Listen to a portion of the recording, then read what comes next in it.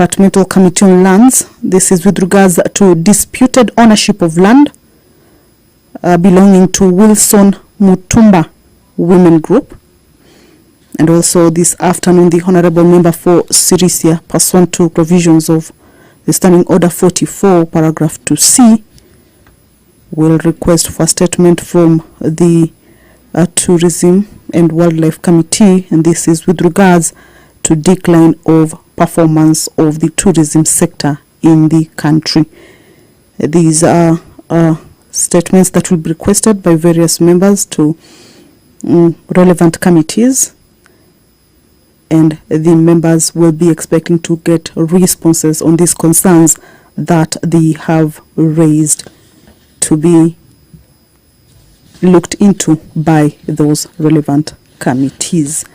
This is the live broadcast of the National Assembly proceedings, the afternoon sitting. That is the chambers of the National Assembly. Members are expected to make their way into the chambers. The business of the House is scheduled to commence from 2:30. And of course, members are expected to make their way into the chambers and of course also enable the House attain the required quorum for it to be able to commence its business. So if you're just joining us that the House is about to commence its business, in a short while, of course, we will see the Speaker's procession make its way into the chambers, and the House will be called to order for the House to commence its business. But as you can see, those are just a few members who have already made their way into the chamber, ready for the afternoon sitting for this particular day. So we shall go back to what the members, as they convene this afternoon, what they will be transacting. Now you will recall that last week the members considered the culture bill. This is a bill that is originating from the National Assembly, Bill number 12 of 2024, a bill that is sponsored by the leader of the majority party. It is a bill that is at its second reading, so a debate on this particular bill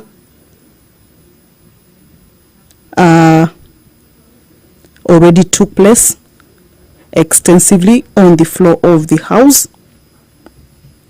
This is a bill that provides for the establishment of a cultural database, access to information relating to management of culture in Kenya, compensation to individuals, groups, or communities for the use of cultural properties, among other issues. But just to alert you that the Speaker has made his way into the chambers. Allow me to hand you over to this live broadcast brought to you by PBU in partnership with KBC. Good afternoon. Mheshimiwa, tuombe. Ewe Mwenyezi Mungu ambaye kwa hekima na wema wako umetoa nyadhifa za viongozi na mabunge kwa ustawi wa jamii na utawala haki wa wanadamu, tukusihi utazame kwa neema nyingi sisi watumishi wako ambao umeridhika kutuita kutekeleza shughuli muhimu za jamhuri yetu. Tukuomba uteremshie baraka zako sisi tulikutanika hapa, na tujalie tuyatende na kufikiria mambo yote tutakayofikishwa mbele yetu kwa njia ya haki na uaminifu, ili utukufu na sifa zako siendelezwe, na ili kustawisha amani, ufanisi na heri ya nchi yetu na wale ambao haja zao umesikabidhi mikononi mwetu. Amen.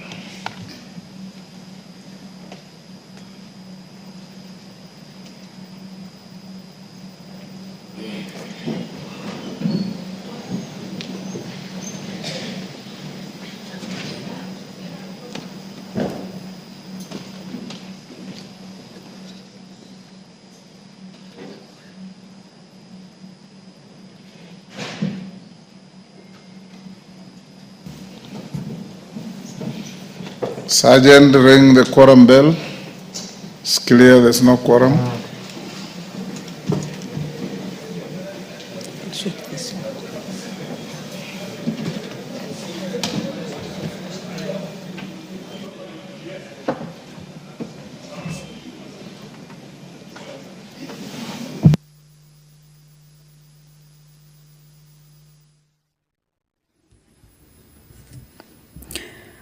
Well, the prayer has been said and the chair taken.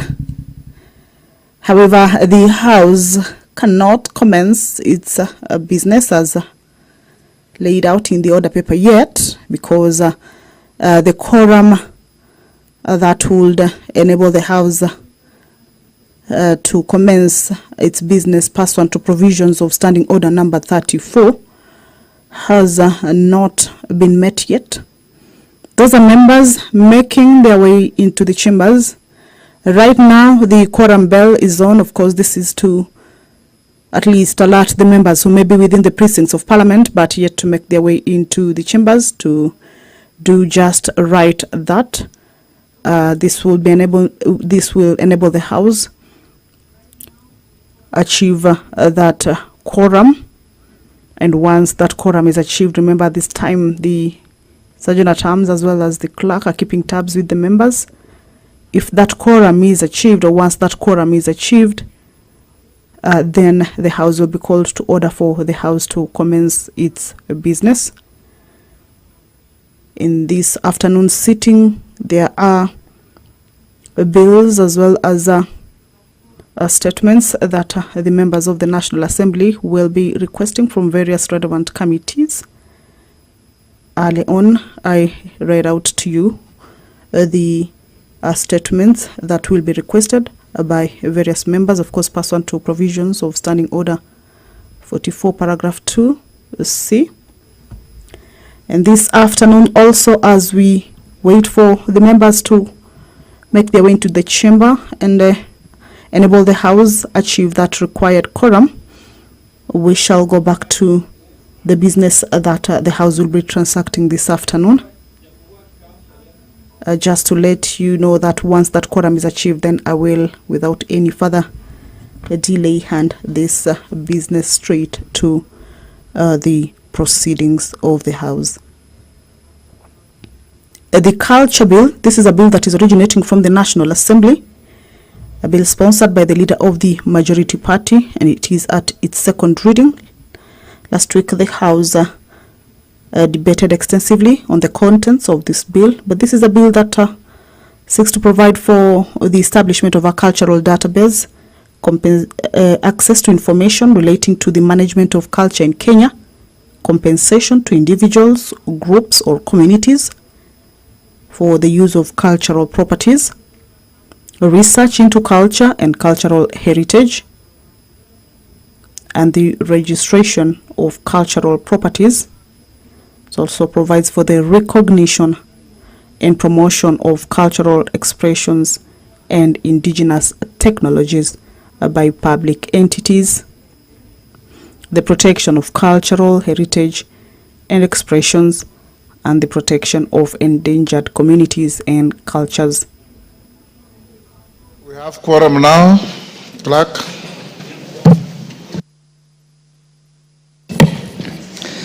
Order number 1, administration of oath. Order number 2, communication from the chair. Order number 3, messages. Order number 4, petitions. Order number 5, papers. Majority Leader.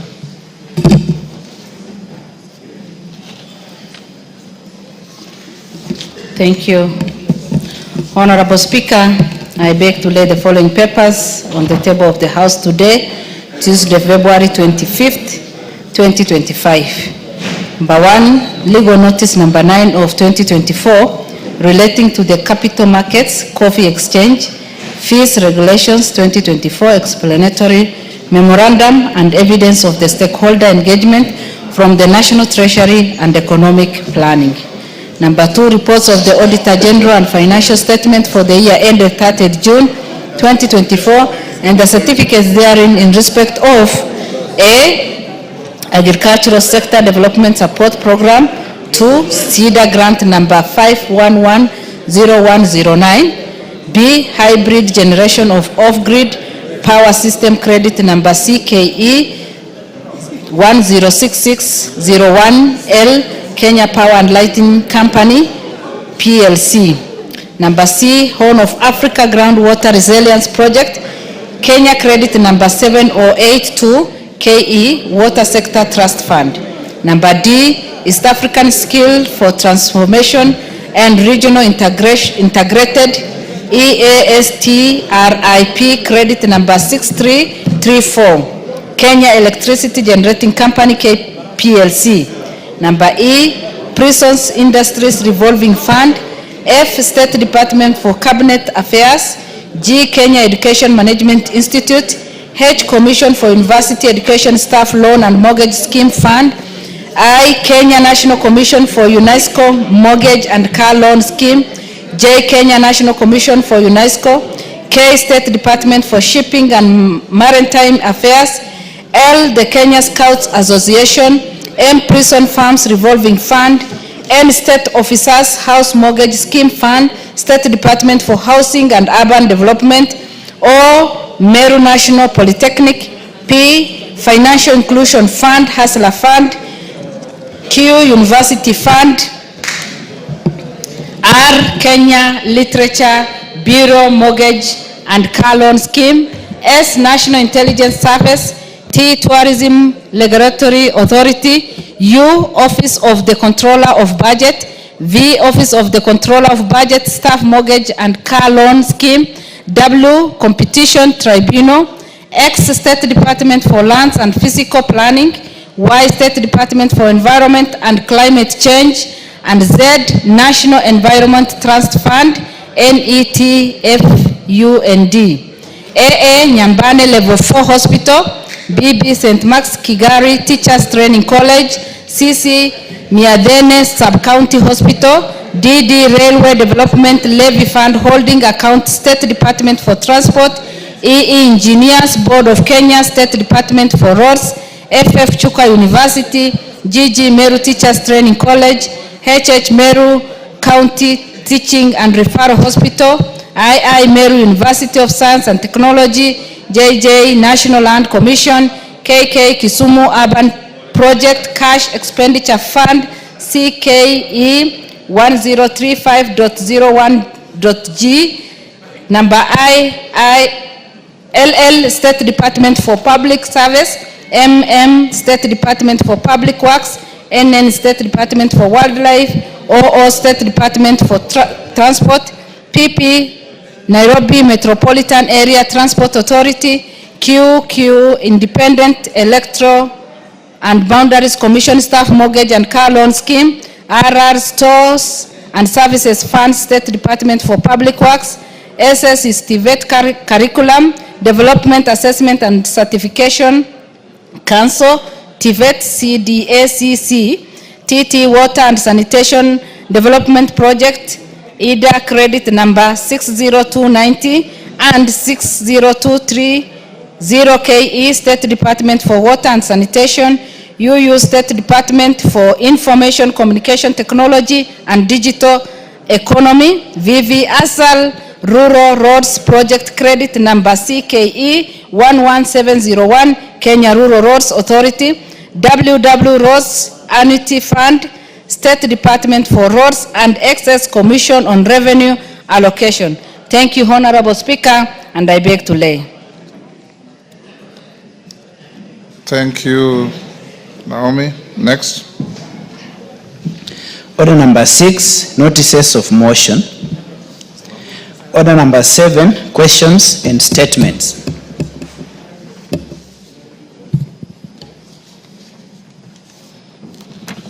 Let's start with a request for statements.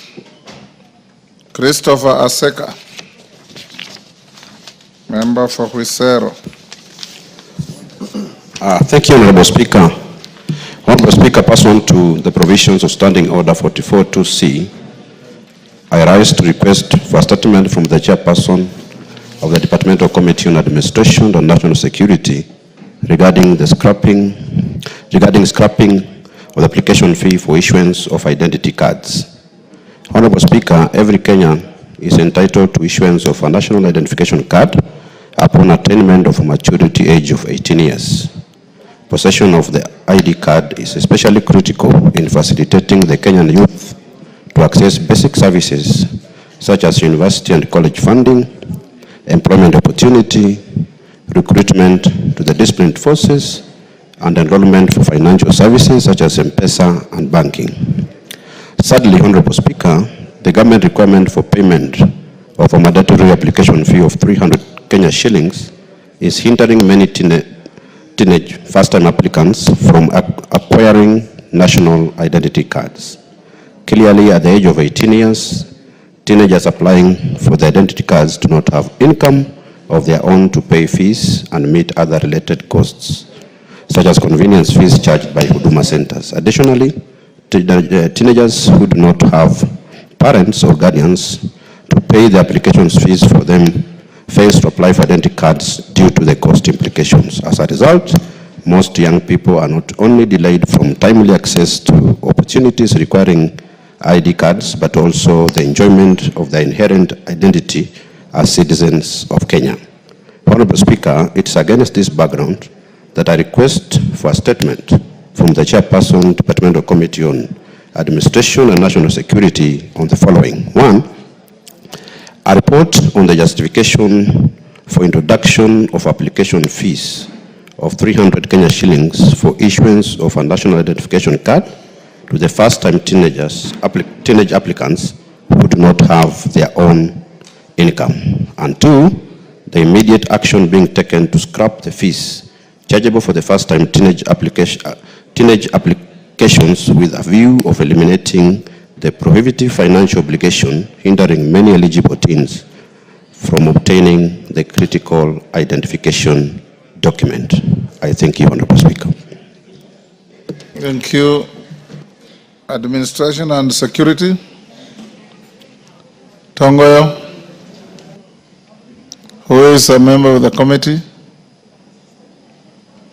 Majority Leader, tell Director Administration and Security to bring a response in 2 weeks. Next, Lelmengit Joses, member for Mgwen.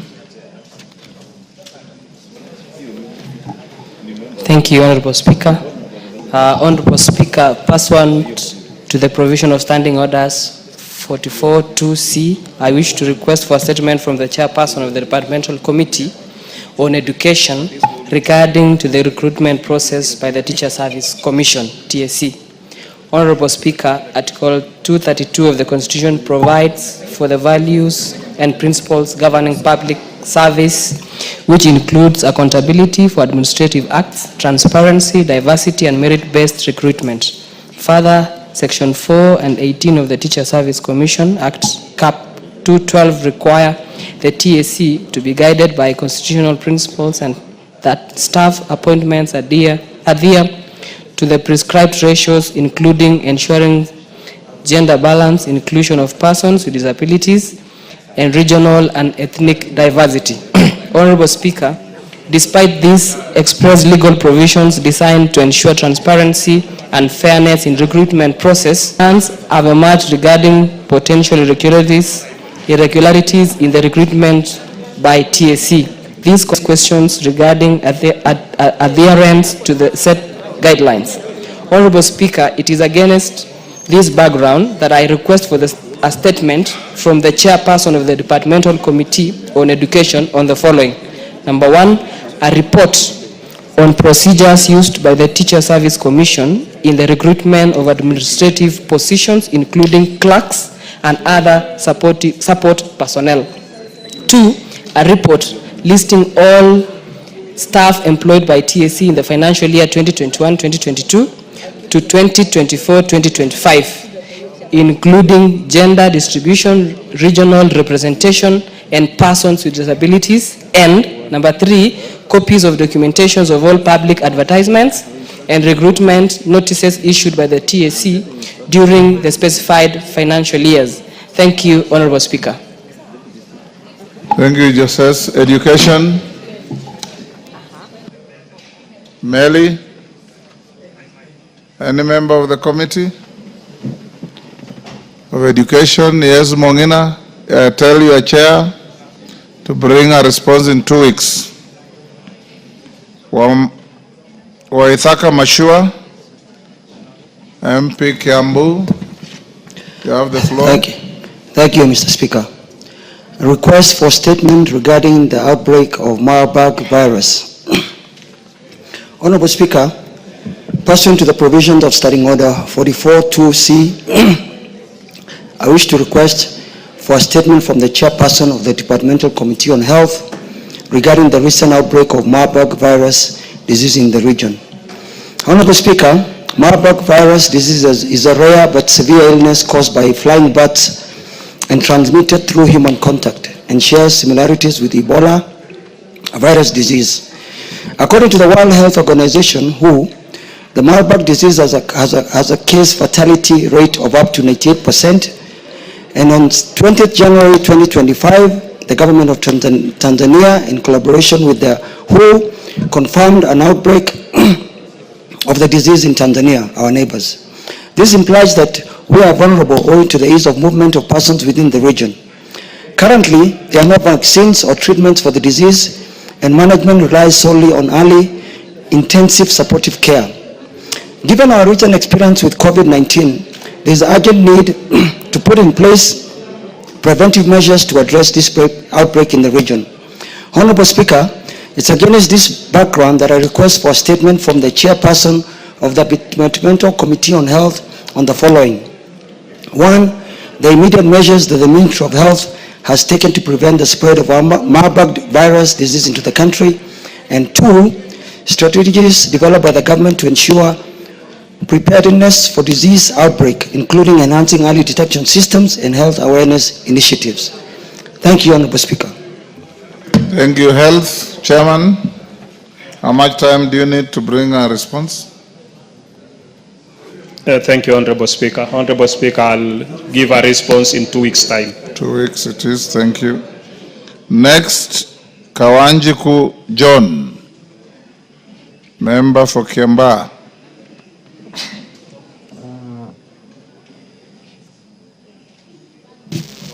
Thank you, Honorable Speaker. Pursuant to the provision Yes, Ruku. Mr. Speaker, the Chairman of Health, Honorable Pokose, does not respond to this statement by the time stipulated. I have a statement which has lasted for the last 3 months now, and he always says next week. He always gives next week. Can the Chairman of Departmental Committee of Health be firm on responding to the statement from members, Honorable Speaker? He has heard you. Chairman, you shall not be heard to keep saying next week. You don't need to respond. No, but Honorable Speaker, on a point of order. Yes. Give Dr. Bukose. I think the member is out of order because when he says he asked 3 weeks ago. 3 months. 3 months ago. 3 months we were on recess. And he needs to understand that his statement lapsed with that sitting. Therefore, he has no statement to ask to demand. And I think the member does not understand the procedures of the House, that is now complaining of a 3-month statement, which lapsed with the sitting of the House. The better thing is you are a third termer. Yes. Mentor him and guide him. Yes, I will. Yes, Kawanjiku.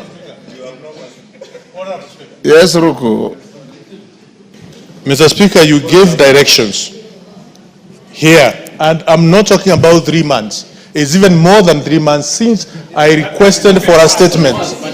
No. Mr. Speaker, you gave directions, and your directions are not in vain, unless this house has started becoming a house where directions are given in vain, Mr. Speaker. And the matter is extremely important.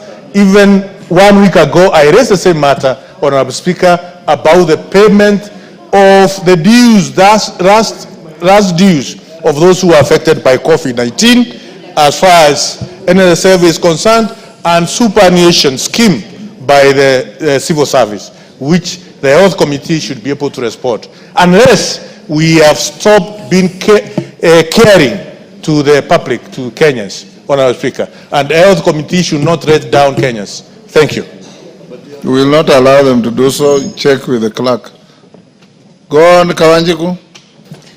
Thank you, Honorable Speaker. Pursuant to the provision of Standing Order 44-2C, I wish to request for statement from the Chairperson of the Departmental Committee on Lands regarding disputed ownership of land registration LL number 209/14582 located in Lang'ata belonging to Wilson Mitumba Women Group. Honorable Speaker, the Wilson Mitumba Women Group is a social group that was established in the late 1980s and in the bona fide registered owner of land registration number RL number 209/14582 located in Lang'ata, having obtained their title on 1st November 1990. However, in 2005, the police evicted the founding members of the group and have occupied the land which was used to build the West Park Police Post. Over the years, the Wilson Mitumba Group has staged demonstrations pleading with the police to cede back their land without success.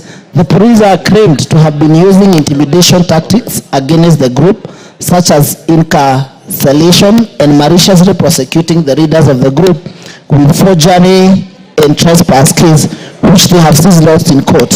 In accordance with the provision of Article 67(2)(e) of the Constitution, the Wilson Mitumba Group sought the assistance of the National Land Commission, which concluded its investigations in 2016. In a letter dated 13 September 2016, the Commission ascertained that Wilson Mitumba Women Group was allocated LL number 209/14582 on 1st November 1990, which they duly paid for on 26th November 1990, and the title was issued to the group on 1st December 1990 for 99 years from 1st November 1990. Honorable Speaker, it is against this background that I request for a statement from the Chairperson of the Departmental Committee on Lands on the following. Number one, reason why the police are still in occupation of the said parcel of land, despite the National Land Commission affirming that the Wilson Mitumba Group is the legitimate owner of the land. Number two, report on the status of implementation of the recommendations of the National Land Commission following its investigations concluded in 2016, and specific timelines on when the police will vacate the land and revert it to Wilson Mitumba Group to accord the legitimate beneficial owners their right to property. Thank you, Honorable Speaker. Thank you, Kawanjiku. Chair Lands. Yes, Wario. You are a member of the committee. Give him the mic. Yes. Thank you, Mr. Speaker. How much time do you need to bring the response? Due to the complexity of the matter, Chair, Mr. Speaker, we request for 2 weeks. 2 weeks. I don't see anything complex in what he has said. Just bring the response in 2 weeks. Yes. Next, John Waluke, member for Silesia.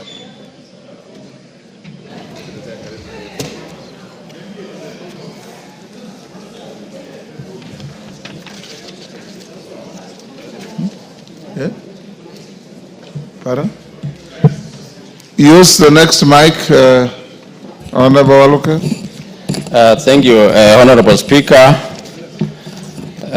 Honorable Speaker, pursuant to Standing Order 44-2C, I rise to request for a statement from the Chairperson of Committee of Tourism and Wildlife on the decline of performance of tourism sector in the country. Honorable Speaker, tourism is a critical sector contributing significantly to Kenya's gross domestic project, GDP, employment, and foreign exchange earnings.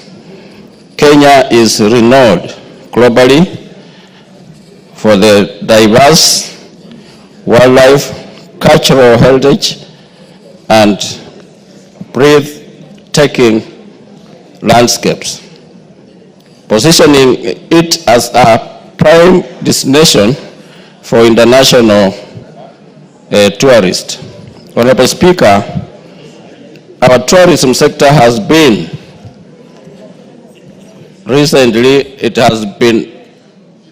experiencing a serious decline in recent years, with marked reduction in international tourism arrival and expansion to the country, Mr. Speaker. Neighboring countries, including Tanzania, Uganda, and Rwanda, have surpassed Kenya's in terms of attracting tourists due to more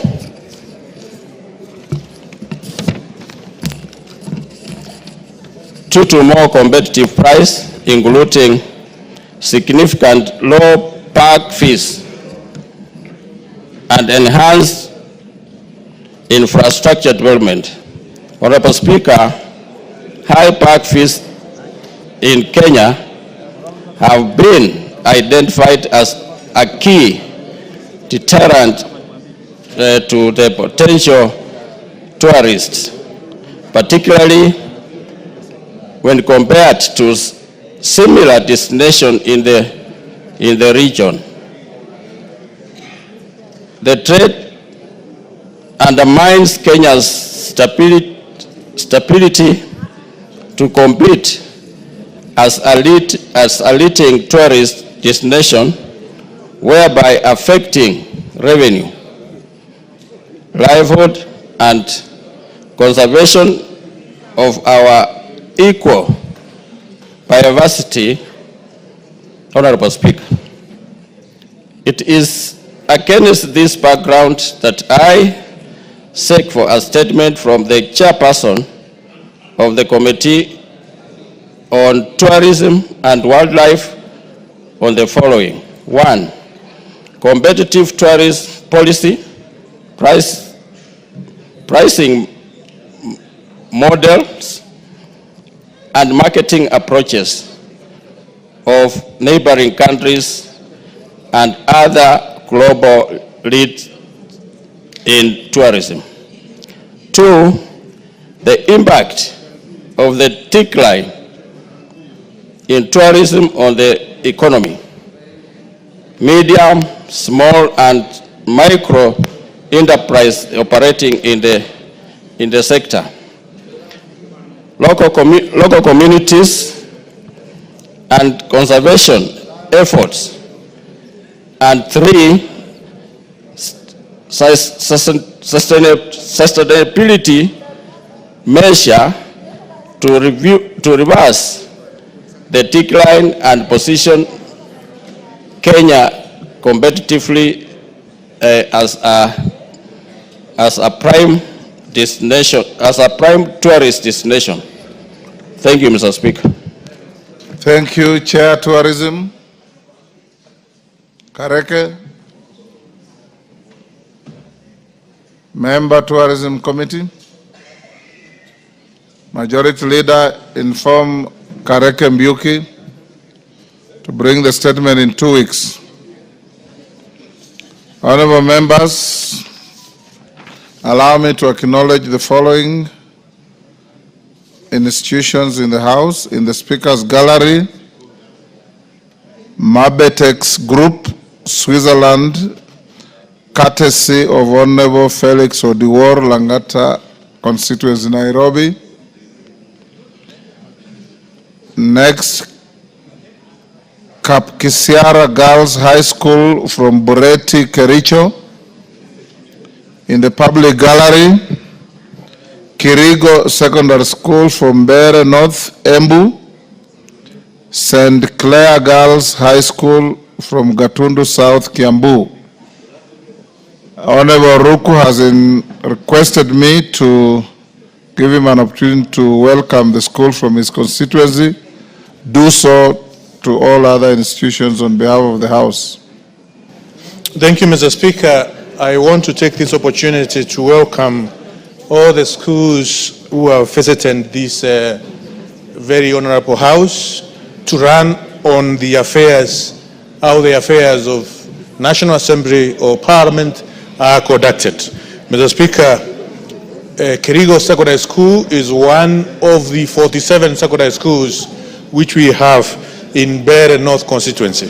It is 100% day secondary school and which operates in a very harsh environment, which is semi-arid area.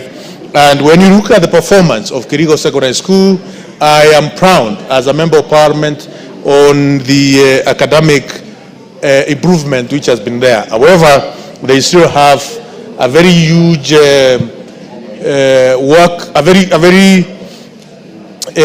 they have a huge task to do. Moving forward, we expect this year they register a very good or considerable improvement in the academic performance. We look forward that one day the schools who are here, they will produce members of parliament to come and occupy the space which you are occupying at the moment. We as your parent, we are investing all what we can, and also the government of the Republic of Kenya is investing in you. So please don't let down the investment which is coming from your parent and the investment which is coming from your leaders, and more so which is coming from government. Thank you. We thank you and we pray for you. Thank you, Mr. Speaker. Thank you. We'll end there. Tendi Mwale, member for Butere. Thank you, Mr. Speaker. Honorable Speaker, pursuant to provision of Standing Order 44-2C, I rise to request for a statement from the chairperson of the Departmental Committee of Education regarding the removal of Professor Amkoa Nangwe as the chairperson of the University of Nairobi Council. Honorable Speaker, on 21st February 2025, the Cabinet Secretary for Education revoked the appointment of Professor Amkoa Nangwe as the chairperson of the University of Nairobi Council. The revocation followed mounting pressure from the university's academic staff union, AUSU, who issued a 7-day ultimatum demanding his removal. Notably, the Vice Chancellor of the University of Nairobi expressed concern on the demands by AUSU, stating that all decisions made by the council underwent all lawful channels before implementation. Article 47 of the Constitution of Kenya, Honorable Speaker, provides that every person has the right to fair administrative action. Unfortunately, the revocation of the appointment of Professor Amkoa Nangwe appears to have been processed without granting him the opportunity to respond to the allegations. Honorable Speaker, it is against this background that I request for a statement from the chairperson of the Departmental Committee on Education on the following. Roman 1, the specific reason that led to the dismissal of Professor Amkoa Nangwe from his position as chairperson of the University of Nairobi Council.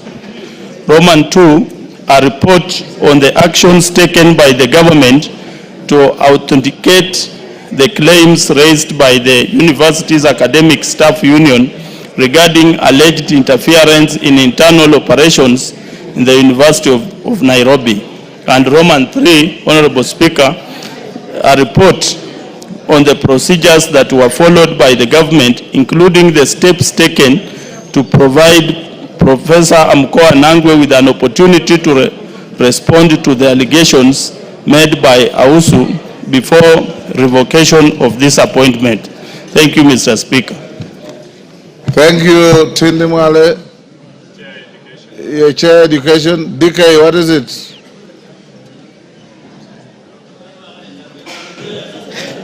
Thank you, Honorable Speaker.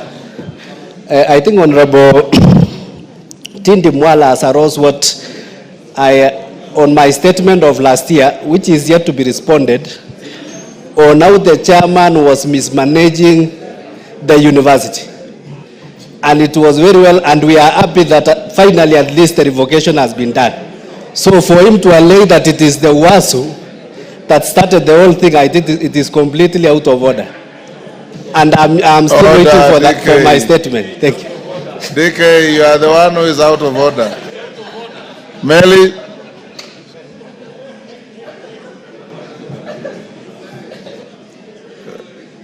Chairman Meli. Thank you, Mr. Speaker. Mr. Speaker, the member also is completely out of order.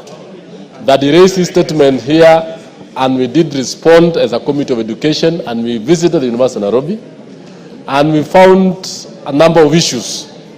And Order, Meli. He has requested for a statement. When do you bring the response? In 2 weeks' time. You appear to be ready. You can bring the response tomorrow. I'll bring the statement in 2 weeks' time on the issues that pertains to the sacking of the removal of the chairperson. Okay. Thank you so much. 2 weeks. Yeah. Good. Dr. Bukose, Chair Health. Thank you, Honorable Speaker. Karemba and your group, that Kamkunji is illegal. That Kamkunji is illegal. It looks like a Munyoro village. Honorable Speaker, I rise to make a statement on behalf of the Departmental Committee on Health regarding our recent engagement with the Minister of Health and the Social Health Authority concerning the implementation of the Social Health Insurance Fund. During the 2025 midterm retreat for members of the National Assembly, held in Naivasha, Nakuru County from Tuesday 28th January to Thursday 30th January 2025, Honorable Speaker, you directed the Departmental Committee on Health to engage with the Ministry of Health and representatives from the Social Health Authority to receive comprehensive responses to the issues raised by the honorable members. The Ministry of Health and the Social Health Authority rolled out the Social Health Authority Healthcare Services and the benefits under 3 funds. That is the Primary Healthcare Fund, Social Health Insurance Fund, and the Emergency, Chronic and Critical Illness Fund, established under the Social Health Insurance Act number 16 of 2003 that was enacted by this House a year ago. This act currently being operationalized by the government. Access to SHA healthcare services and the benefits being offered by SHA was rolled out on 1st October 2024. Honorable Speaker, members of the National Assembly raised concerns regarding the delays and the caps in the implementation of the Social Health Insurance Fund. In response to these concerns, the Ministry of Health was invited on Monday, 10th February 2025 to provide responses to the issues raised as follows. Number 1, concerns that claims were taking too long to be approved, as well as delays on the activation of new registration causing frustration among patients. In accordance with the SHIF Act on claims processing timelines, providers are supposed to submit claims within 7 days of service delivery and processing by SHA within 90 days. SHIF claims worth 12 billion, that is 75%, submitted between 1st October 2024 and 28 January 2025 have been processed and paid to the providers. The remaining 25% comprises mainly of claims that requires clinical review. Those are being processed and payment shall be made immediately the process is finalized. Primary health care capitation claims worth 1.3 billion submitted between October to December 2024 have been processed and paid to the providers. In the initial period of the rollout, SHA encountered challenges of system readiness, necessitating use of manual claims. Further, there were non-harmonized bank details in the system, as well as delayed e-contracting, which are being addressed. In addition, the remaining claims that are awaiting filing of service delivery returns from facilities are undergoing reconciliation and payment process, which will be done immediately. In order to address these challenges, SHA has put in place measures to fast-track claims processing and payment, including enhanced automation to facilitate payment on a monthly basis. On activation of new registration, the activation of new registrations under the Social Health Authority is immediate once a member has registered and or made payments. There is no waiting period for accessing services at SHA contracted healthcare facilities. Once registered and paid up, SHIF members can access services under the following categories. 1, primary healthcare fund. This you access services at level 2 and 3 and some level 4 facilities for outpatient services at no cost once registered as a member or a dependent. 2, on social health insurance fund. This is funded by the 2.75% contributions by both formal and informal population. Once paid up, beneficiaries are able to receive treatment from level 4, 5, and 6 facilities. 3, emergency, chronic, and critical illness fund. Currently, this fund caters for urgent care, that is resuscitation and stabilization within 24 hours for specific emergency services as per casseted benefit package for the initial 24 hours at no cost, since the fund is exchequer funded. Due to the current financial year funding limitation, the chronic and critical illness components of the fund are partially activated. These services are available in all level 2 up to 6 facilities for all Kenyans.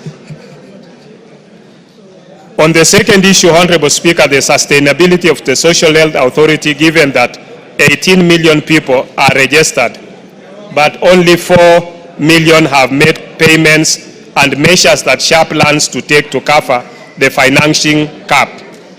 Honorable Speaker, there is a disparity between registered persons, which is 18 million individuals, against the 4 million who are actively contributing financially. The financing cap has been caused by the following challenges.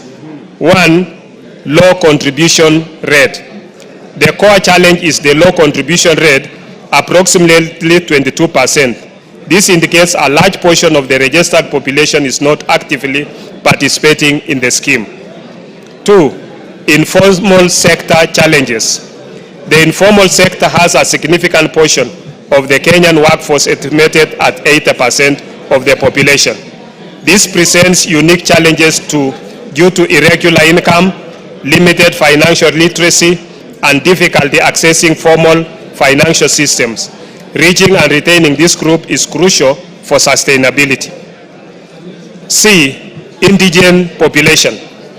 Approximately 30% of our population are unable to afford contributions, requiring government subsidies. The mechanism for identifying and supporting indigents needs to be fast-tracked. D, compliance and enforcement. Ensuring compliance from both formal and informal sectors is essential.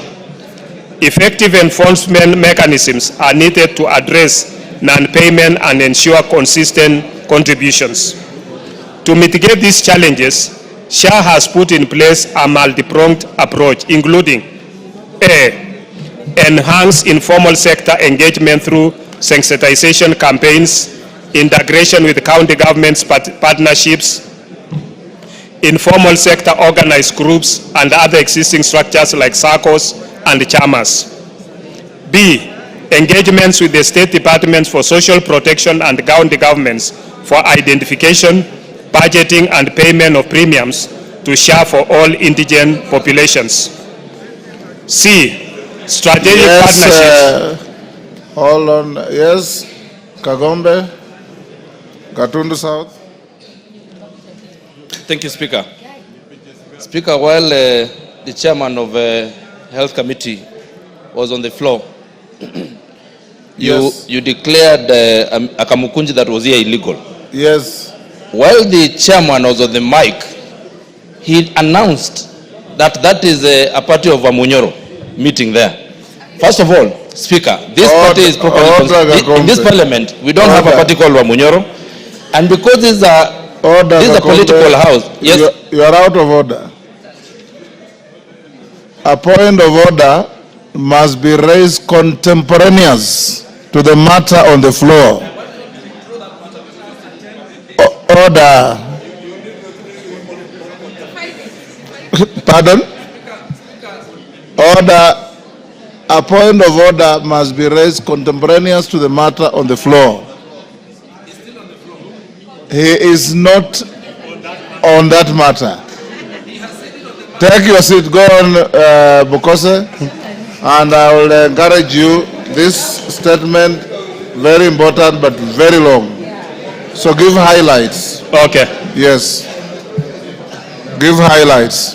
Honorable Speaker, on C, strategic partnerships through cooperation with cooperatives, microfinance institutions, the diaspora community, NGOs, and donor agencies for insurance premium financing products. D, formal sector enhancement. E, enhance engagement with the Ministry of Health and the National Treasury for budgetary allocations for PHC Fund, ECCIF, and indigent premium for SHIF.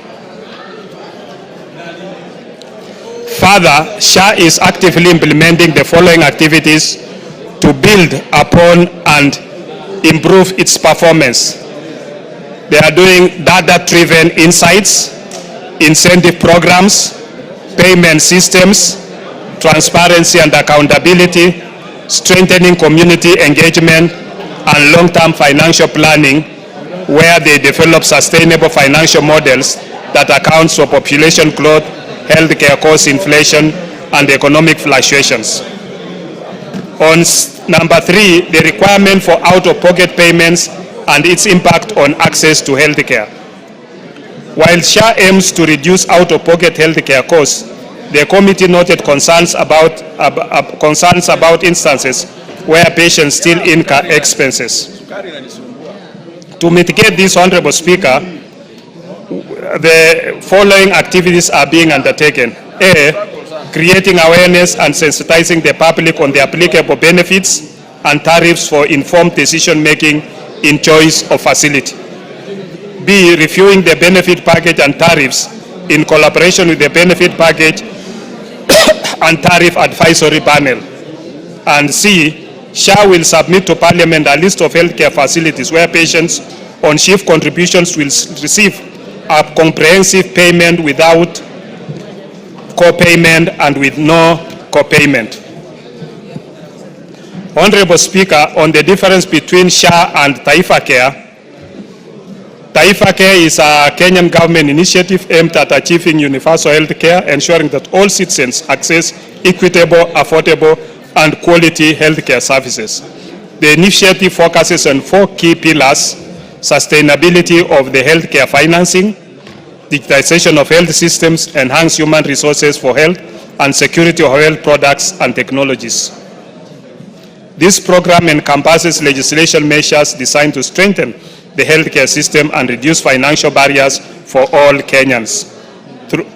Taifa Care components are Primary Health Care Act, Social Health Insurance Act, Digital Health Act, and Facility Improvement Act as enacted by this House.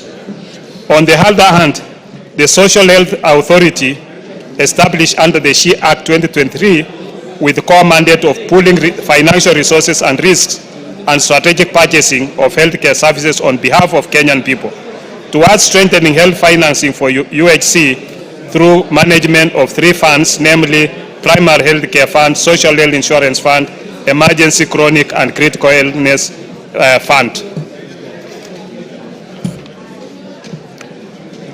On the status of debts inherited by SHA from the National Health Insurance Fund and plans in place to clear them to ensure seamless service delivery.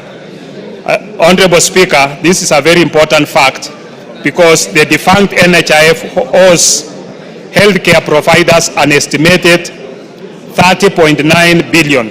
Additionally, NHIF owes co-insurance Kenya shillings 8.137 billion for civil servants, wiper claims, and a further 3.97 billion in accumulated wiper claims before April 2021. NHIF also has outstanding premiums receivables totaling 25.5 billion across various government-funded schemes, including the Civil Service Medical Cover, Linda Mama program, and indigent support as annex. These delayed payments have disrupted service provision, putting pressure on both public and private health institutions. SHA has been engaging the various MDAs with a view to recover the outstanding debts owed to NHIF to facilitate payments of debts to providers by SHA. Honorable Speaker, concerning the NHIF benefits were made favorable compared to SHA despite SHA collecting higher premium contributions. SHA benefits have a wider scope of coverage compared to NHIF benefits. The contribution designed for SHA is based on the solitary principle, where all persons contribute according to their ability to pay and receive similar benefits and tariffs. This is largely due to SHA's potential for larger pooled resources and risks enabling broader coverage and enhanced access to healthcare services. The SHA benefits ensures access to full spectrum of healthcare services from prevention, promotion, curative, rehabilitative, and palliative care. Further, SHA benefits are equitable, affordable, and accessible to all Kenyans in line with Article 43 of the Constitution. A comparison between NHIF and SHA benefits, we have an annex which I'll be able to table here. On the status of staff and whether they will be absorbed by SHA, Honorable Speaker, despite paragraph 1 of the SHIF Act, where the Board of the Social Health Authority established under Section 4 of the Act shall competitively recruit and appoint its staff under Section 17 of the Act, subject to the approved staff establishment and on such terms and conditions of service as may be determined by the Board. Notwithstanding the provisions of this paragraph, the staff are eligible to apply for the positions advertised by the authority and may be considered for appointment where they are suitably qualified for the positions advertised. Despite provisions of paragraph 2 and 3, the authority review the qualifications of all the staff of the fund and shall, with appointment of its staff, give priority to the staff of the fund who are found to be suitably qualified for the positions in the approved staff establishment. The staff of the fund not appointed to the authority under paragraph 2 may exercise his or her option to either retire from public service or be deployed within the public service. Currently, on the status of update on the NHIF staff transition, Honorable Speaker, the SHA Board has since sought the advisory of both the Attorney General and the Public Service Commission on staff transition. On 21st November 2024, all 1,737 staff of the defunct NHIF were taken over by the Public Service Commission and subsequently deployed to SHA for a period of 6 months or until when SHA completes recruitment, whichever comes first. The SHA Board has since reviewed the HR instruments and submitted the same to PSC for approval. Suitability tests scheduled to commence before end of February 2025. On concerns that data captured by SHA is inadequate, frustrating patients seeking treatment, and measures being put in place to ensure data accuracy. Honorable Speaker, the data captured by SHA is adequate to ensure provision of service. However, there are challenges faced by patients and measures to address them are ongoing. Further, the authority noted that some Kenyans do not complete the registration process, especially those that only register through USSD, code *147# channel. This group of Kenyans have not gone through the means testing process that enables them to make payments under SHIF and are not eligible for SHIF services in level 4, 5, and 6. On the lack of medicine in hospitals where patients receive treatment but are not given prescribed medication, Honorable Speaker, the Ministry appreciates the challenges of health products and technologies, and KEMSA business model was disrupted in 2019-2020 due to the impact of COVID-19 health products and technologies. The procurement of COVID-19 HPDs during 2019-2020 period significantly impaired the authority's cash flow. Additionally, the authority has been burdened by significant receivables amounting to more than 6 billion as detailed below. As such, the organization's sustainability model has been facing various challenges, including inadequate financing to procure HPDs with a funding cap of 5 billion. Debt repayments, by among them being the county debts amounting to close to 3.5 billion, with more than 2.7 billion over 90 days old.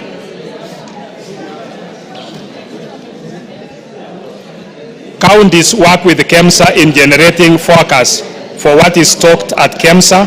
However, when it comes to procurement, they opt to buy elsewhere. The committee will be having a meeting with the KEMSA to develop a way forward.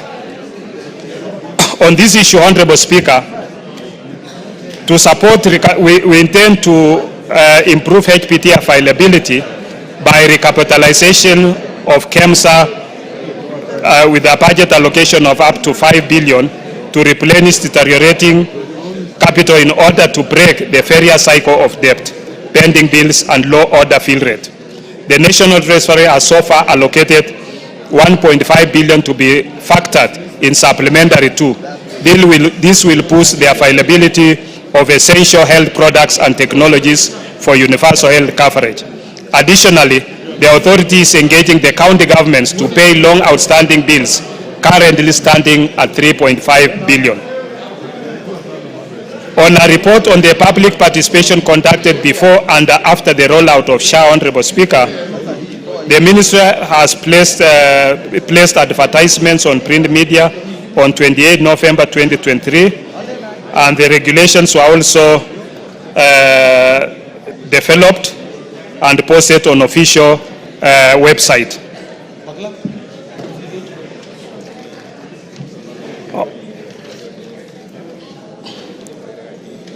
The analysis of the views and submissions expressed during the consultations and engagements indicated that the principal regulations, particularly the benefits package in the principal regulations, amended regulations and tariffs for health services, will facilitate realization of universal health coverage in the country.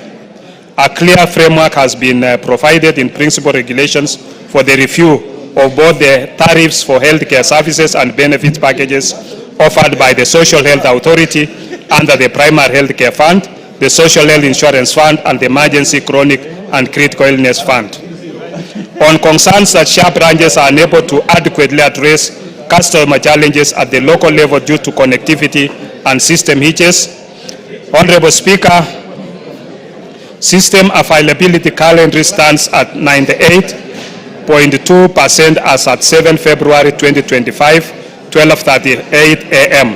Digital Health Agency is working to stabilize the system to meet targeted 99.99 availability. In order to address these challenges, the system configuration is ongoing with a target of completion by the end of February 2025.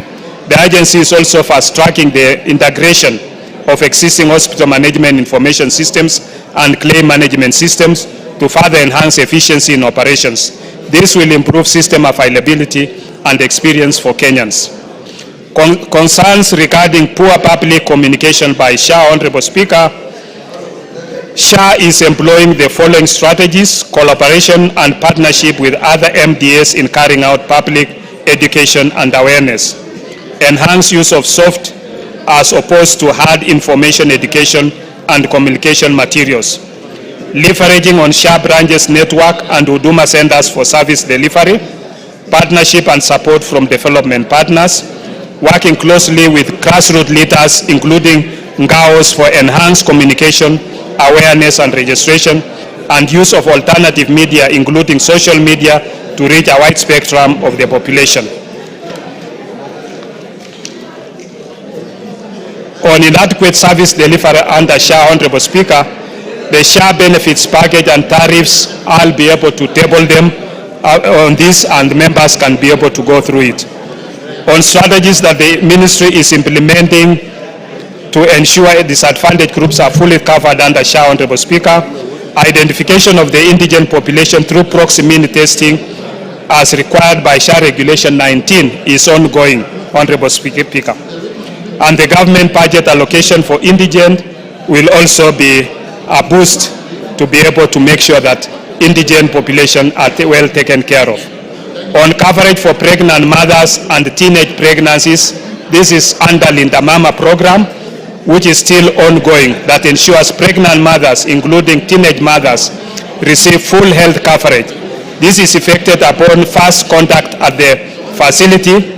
Mothers who are due for delivery and have not paid the SHA premiums, the Linda Mama program automatically identifies and pays the annual premiums covering the entire household. Currently, the State Department for Medical Services is responsible for payments of the premiums. Honorable Speaker, on concerns that despite the high premiums, patients in need of services are being turned away by hospitals.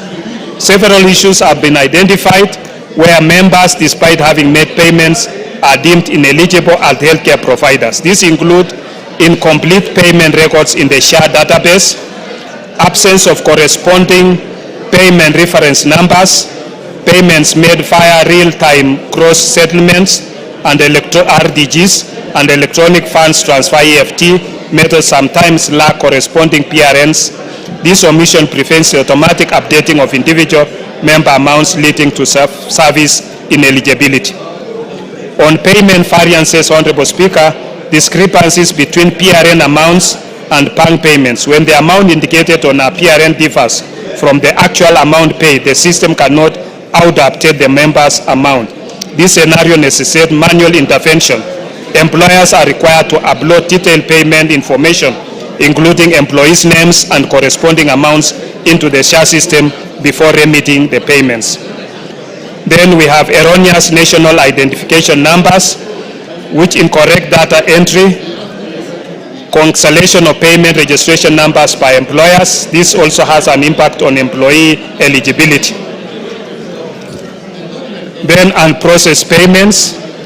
To mitigate this, Honorable Speaker, we have empowerment of branch offices, member service, self-service application, employer notifications, employer sensitization initiatives, development of information materials, simplified registration channels where we have accessible registration methods. USSD code, assisted registration, online portal, and physical locations where SHA branches and Huduma centers provide in-person registration service. How much more do you have to go? 2 minutes. Good. On integration with the National Registration Bureau, Your Honorable Speaker, this is basically for data verification, data cross-referencing, and then, Honorable Speaker, measures the Ministry is taking to ensure the informal sector and the indigent populations are registered under SHA, where some of the challenges faced in informal sector registration in SHA include low awareness and sensitization, irregular and unstable income, and lack of formal identification. So what is SHA doing to mitigate this? We are doing mass awareness and sensitization, where you utilize community health promoters, vernacular radio stations, TV campaigns to reach informal workers in their local languages. This ensures widespread understanding of SHIF benefits and encourages voluntary enrollment. Crossroads roadshows, flexible payment methods. Under this flexible, we allow informal workers to contribute through monthly mobile money payments, e.g. M-Pesa, making it easier for them to afford and maintain coverage despite irregular incomes. Integration with SACCOs and chamas, partnerships with county governments, engagement with informal sector associations such as Border Association of Kenya, then insurance premium financing, where we collaborate with microfinance institutions and government funds like Hustler Fund to provide credit facilities for premium payments, ensuring affordability and reducing dropout rates. Targeted communication, where we develop specific messages for the elderly, poor and vulnerable groups using simplified content and trusted community influencers to drive awareness and registration. Then we also encourage CDF budget allocation, where we advocate for constituency development fund allocations to sponsor SHIF premiums for vulnerable groups, and this is where the members come in, ensuring equitable access to health care. And then public-private partnerships, where we partner with microfinance institutions, NGOs, to extend healthcare loans for payments of premiums and donor agencies like AMBAT and UNHCR.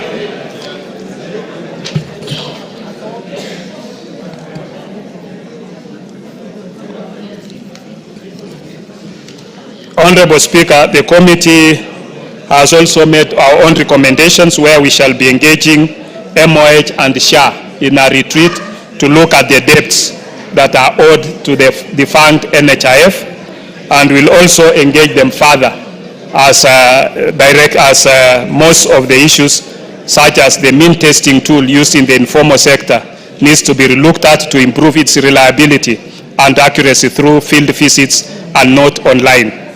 Then verification of health services by quality health assurance officers with technical knowledge to detect and eliminate fraud.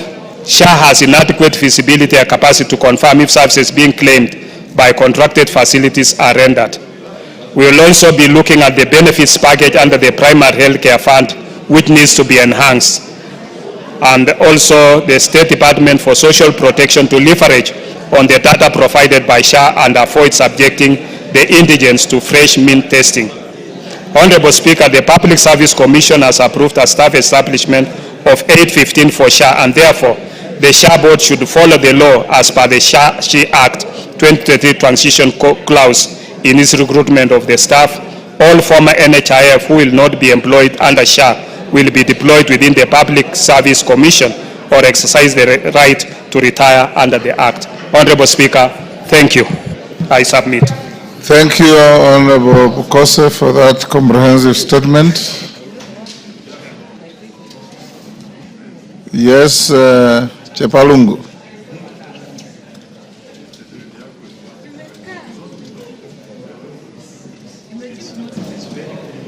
This one. Yes, The next one. There's one next to you. Okay, Oh, there yeah. you are. Oh, yes. Thank you, Speaker. While we appreciate the efforts that our chair health has taken to give us that statement, and equally, while we appreciate what SHA has done, SHA has a very successful story, and particularly to one of my relatives, my aunt, who got injured, and 200,000 was required. We paid SHA, and in full, SHA paid all the hospital bills. And while we say the same, Honorable Speaker, there are situations that at times we wonder, some hospitals, or is it the SHA itself? Because there's a case of one of my residents, someone called Wilson Keter, who went to Karen Hospital for heart surgery, and on request for approval, out of 1.3 million that was required, only 78,000 was paid to this particular patient. And we as members of parliament, when we go to these particular families, they give us such questions.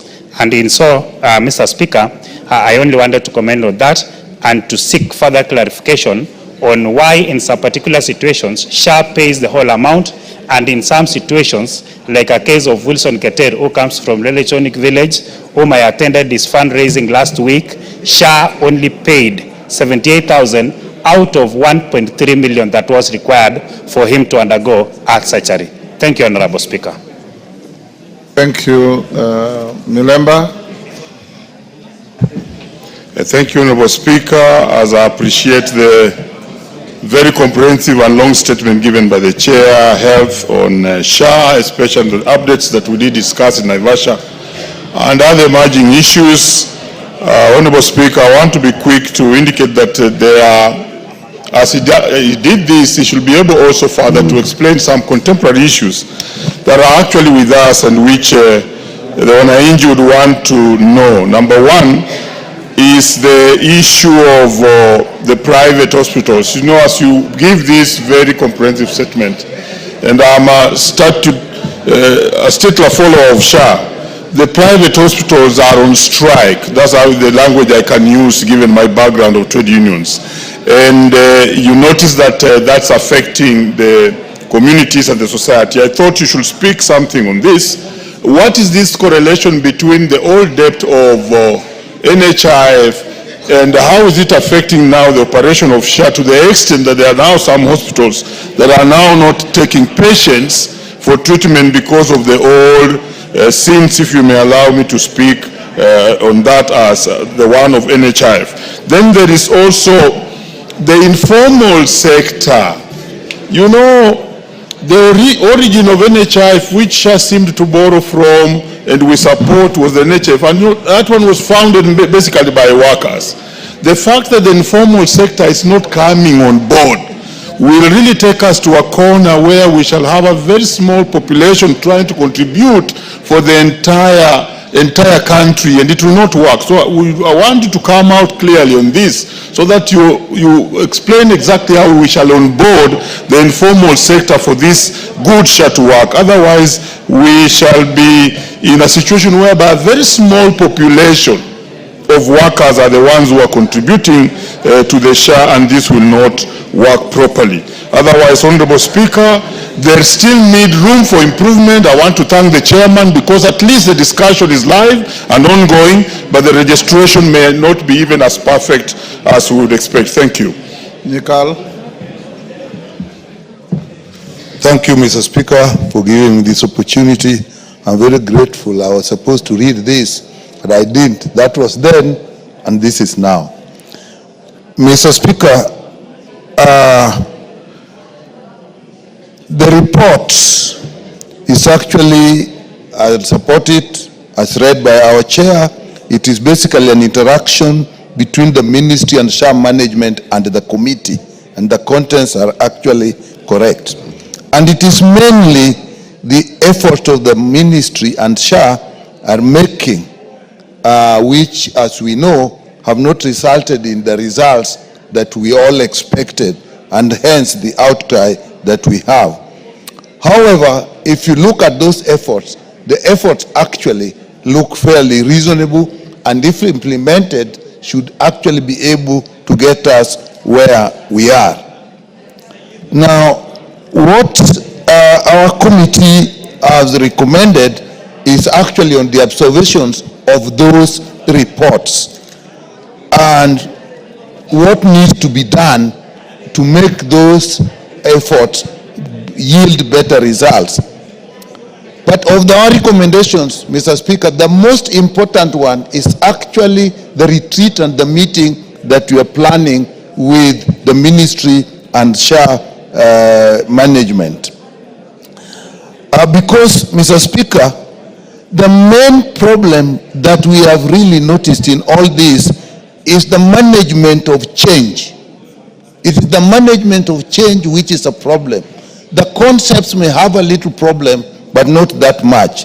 And if you look at these areas of change, it's the liability and the assets that SHA took over from NHIF.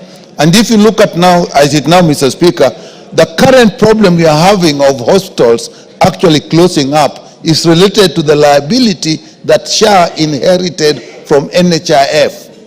So that is an area probably we should have looked at much better, because now, as we are very unhappy with SHA, ideally this is a transition issue, and it raises the question that what happened to the money that NHIF raised and what happens with the debts then. So you see, it is a change that we are dealing with. If you look at the area of registration, the registration for NHIF, Mr. Speaker, was straightforward. You registered as you paid. So every time you are registered, you are paid, and you could access the services. But what we have now, this registration has actually two components, two major components. You register, and if you pay, you are in SHA 2.7%. Then now you actually are liable to get, you can now get treatment under SHA, and things can be paid. But there's an element when you are registering and you have not paid, but you are still entitled to services at level 2 and level 3, for which we actually have to pay money. And what is happening is that even the little money that the government has put in has not been used because of structures that need to be put in place. So again, it is an issue of where things can work and are not working. The other one is the approval of services that people need and the payment system. The honorable member has just said in one case, the full payment was done. In another case, a very small portion of the payment was done. Again, it is because of you are dealing with two systems. One, if you are level 2 and 3. One, if you are in level 4, where you are in full share. And then also the benefit packages that are put in place, and depending in the hospital where you go. In some hospital, you will need co-payment or co-insurance. Again, these are things that they are actually in this system, but they have not come out well. The other area, Mr. Speaker, is the issue of human resource. To transit the human resource from SHA to NHIF, and as you can see, the numbers are so different, but all those people are there, although they are now all there as employees of the Public Service Commission who are now seconded to SHA, but these are not people who can work wholeheartedly, because only 800 out of the 1,700 are going to remain there, and nobody as of now knows who will remain. So we don't expect these people to work. So again, that is a system that we are dealing with.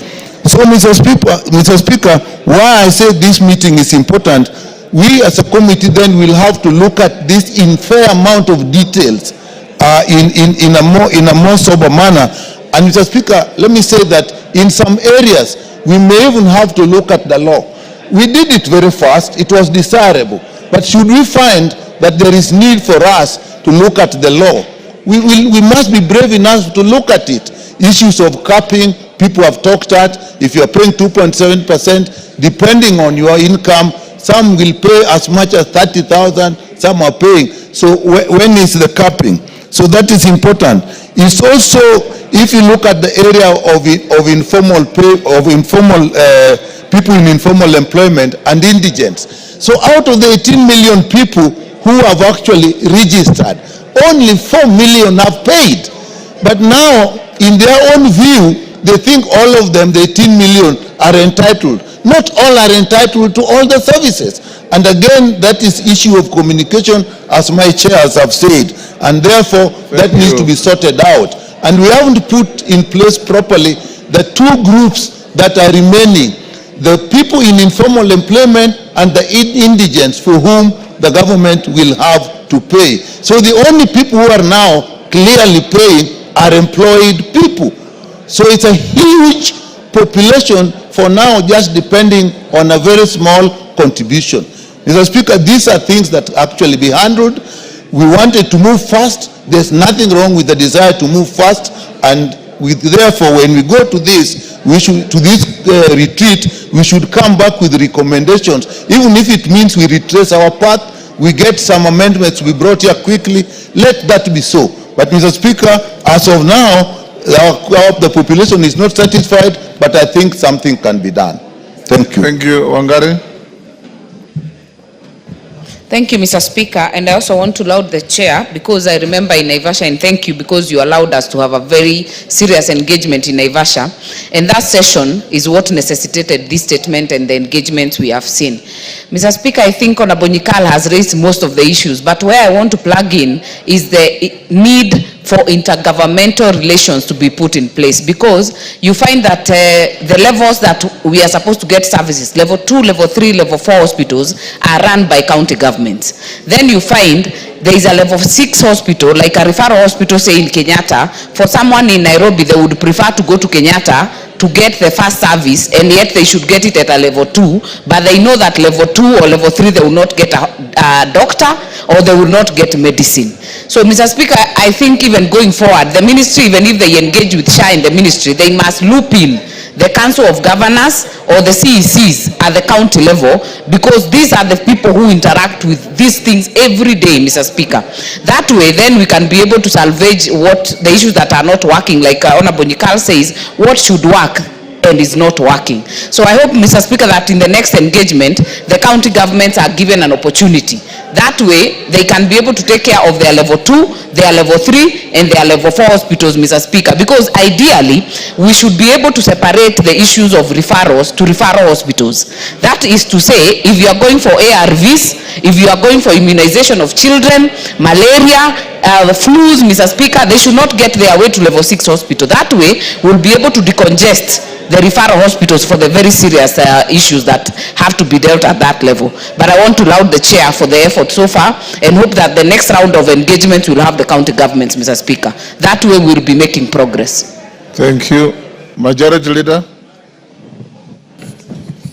Thank you, Honorable Speaker. First, let me commend the chair of the Health Committee and all the members of that committee for the very good work that they did following your instructions in Naivasha.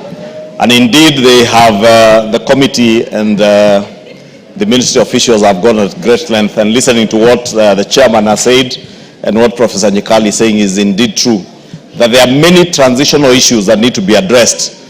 But we can only encourage the management of SHA and the ministry officials to make sure that those transitional issues are sorted out and people are well informed ahead of time on the things they need to do, Honorable Speaker. Because if there's anything that has suffered from the negativity that we have experienced in the country, is SHA. And unfortunately, Honorable Speaker, as you have severally said in other fora, it's sad that even for us in the political class, we have contributed to that negativity and misinformation. Because it becomes very sad, Honorable Speaker, when you see a member of parliament stand up in public because they think what they will say to the public is politically expedient and popular with the public, and say things that they do not know whether this is sha, she, or she, sha, she, she, or shu. Yet, what they are calling sha, she, she, or shu, Honorable Speaker, as a member of parliament, whether you sit in this house or the other house, because these laws, the 4 laws that we passed, were passed by members of parliament in both houses, Honorable Speaker. And there is not a single provision in those 4 laws that was not considered by this house and the other house and adopted. Therefore, it's very embarrassing, Honorable Speaker, when you hear a member of parliament saying, sha, she, she, shu, yet you are part and parcel of the enactment of those laws. Honorable Speaker, leadership calls for what you have heard Honorable Nyikali say here, that there are issues, and what the chairman is saying, there are issues that the ministry and the SHA management ought to be addressing. Top among these issues, Honorable Speaker, is a question of pending bills. Honorable Speaker, if you listen to the conversation in the country on pending bills, you may imagine that pending bills are only there in SHA. Yet nobody is telling Kenyans that 99% of the pending bills in SHA are inherited problems from the old NHIF. Two, Honorable Speaker, nobody is telling Kenyans that out of the 19 billion that was inherited from NHIF, the defunct NHIF, by January, 9 billion shillings had been paid, and the pending 10 billion shillings are bills that are undergoing verification. Honorable Speaker, the chairman will tell you from the engagements with the Health Ministry and SHA management that quite a number of those bills are also fraudulent. But you know, Honorable Speaker, because corruption fights back, and when corruption begins to fight back, they are so vicious that their lies, their propaganda takes center stage ahead of the truth and factual information. And that's why I'm saying, Honorable Speaker, if there is anything the Health Committee can do for us, even as you consider the Supplementary Appropriations Bill, is to ensure that the SHA management has adequate resources to make sure that proper information is going out to the public, Honorable Speaker. Because it's embarrassing, Honorable Speaker, when I see even bishops pontificating on pending bills, as if even the faith-based hospitals, Honorable Speaker, that are owned by the defunct NHIF have just sprung up when SHA came into existence. And the same bishops who are pontificating, Honorable Speaker, are pontificating and telling us that you should not even be advertising what government is doing. Honorable Speaker, you know, when you are a bishop, you get to church every Sunday and advertise the good work of the Lord by preaching to the good people to convert and become good Christians, Honorable Speaker. It's the same for government. Government is the business of delivering services, and we are obligated by our own constitution to make sure that Kenyans have access to information and the right information. But I know some of these people, Honorable Speaker, pontificating out there, they are pontificating because they are pained, and pained by the truth that it is true, Honorable Speaker, that even within the faith-based hospitals, there are very many fraudulent claims that have been caught up in the verification process. But because you want to pontificate and make Kenyans believe that government is not doing anything to address the problems that bedevil even the faith-based hospitals, Honorable Speaker, you want to make the whole world believe that since the advent of SHA, no pending bills have been paid. Yet, as we are saying, Honorable Speaker, out of 19 billion, 50% of those bills that have been verified have been settled. And it is only right, Honorable Speaker, to plead even to those of our bishops who are running some of these hospitals, as much as you may not like this administration, give them what is due to them. Give credit where credit is due. But also, as you pontificate about the fight against corruption, speak about corruption and fraudulent claims from the defunct NHIF also being perpetuated within faith-based hospitals, Honorable Speaker. Honorable Speaker, we've also seen this week, Honorable Speaker, the private health, the Association of Private Health Hospitals and the Rural Private Health Association call their members to go to strike, Honorable Speaker, again based on those pending bills. And I'm glad, Honorable Speaker, when I checked with the SHA management this morning, they were telling me as of yesterday when the strike was on, 1,700 private hospitals, members of those associations, were already logged into the system and offering Kenyans services. And that's why I want to appeal to those who are running these associations. I know is the spirit of trade union and the politics of leadership of association to be seen to be agitating for things, but they must be cognizant that healthcare is not a matter that you can joke around with. It is joking around with the lives of Kenyans. Lastly, Honorable Speaker, in terms of being able to relay proper and accurate information to Kenyans, Honorable Speaker, I would want to encourage the Health Committee, the SHA Management and Ministry of Health, and that's why I spoke to the Health Committee to consider within the supplementary budget to enhance the publicity and advertising budgets for SHA. Because, Honorable Speaker, part of why Kenyans are being misled is because they have not been given factual information, especially around the space of the primary health care and the referral system. And this referral system, Honorable Speaker, if you go to UK, the NHS works under a referral system. But today, as Honorable Nyikal was saying, you will probably find somebody has walked into a primary health care facility, his entire bill is settled, then they walk into a referral hospital and the bill is not catered for, not understanding that you begin from the primary healthcare facility to be referred to the referral through the referral system to a referral hospital or a level 4 or level 5 and 6 hospital. With that, Honorable Speaker, let me just say mine is to encourage the Health Committee to continue working with the Ministry and SHA management to perfect the imperfections that are there in this system, because this universal health coverage system is something that has been elusive in this country since the times, Honorable Speaker, when you served in cabinet under the able leadership of the late President Mwai Kibaki. And you know, Honorable Speaker, under Mwai Kibaki's regime, we attempted to roll out the universal health coverage, and it came to a cropper because of this negativity, Honorable Speaker. President Uhuru Kenyatta again tried, and again because of the noise and the negativity that you hear today, Honorable Speaker, he had to run away from it, and after rolling out in only 4 counties, I think it was Mombasa, Kisumu, Isiolo, and Machakos Onyeri. Again, it was abandoned.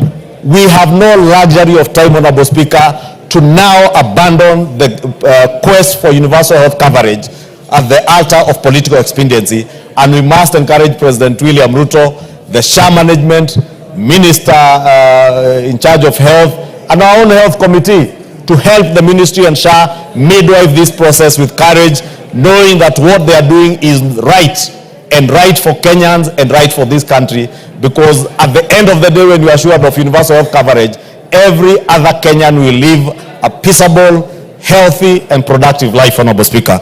And I beg to support that report by the Chair.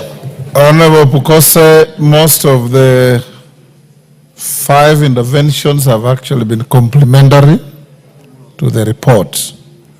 What you need to do is remain engaged, keep having meetings with the management of SHA, with the ministry, and continue from time to time to bring appraisal reports to the House, whether requested or not, to keep the House and the country informed on the progress. I've read the report. You've actually teased out almost all matters of concern to the public, to members of this House, and even to the ministry itself, together with your colleagues like Dr. Nyikal, continue working on how to improve, but more importantly, communication to the public.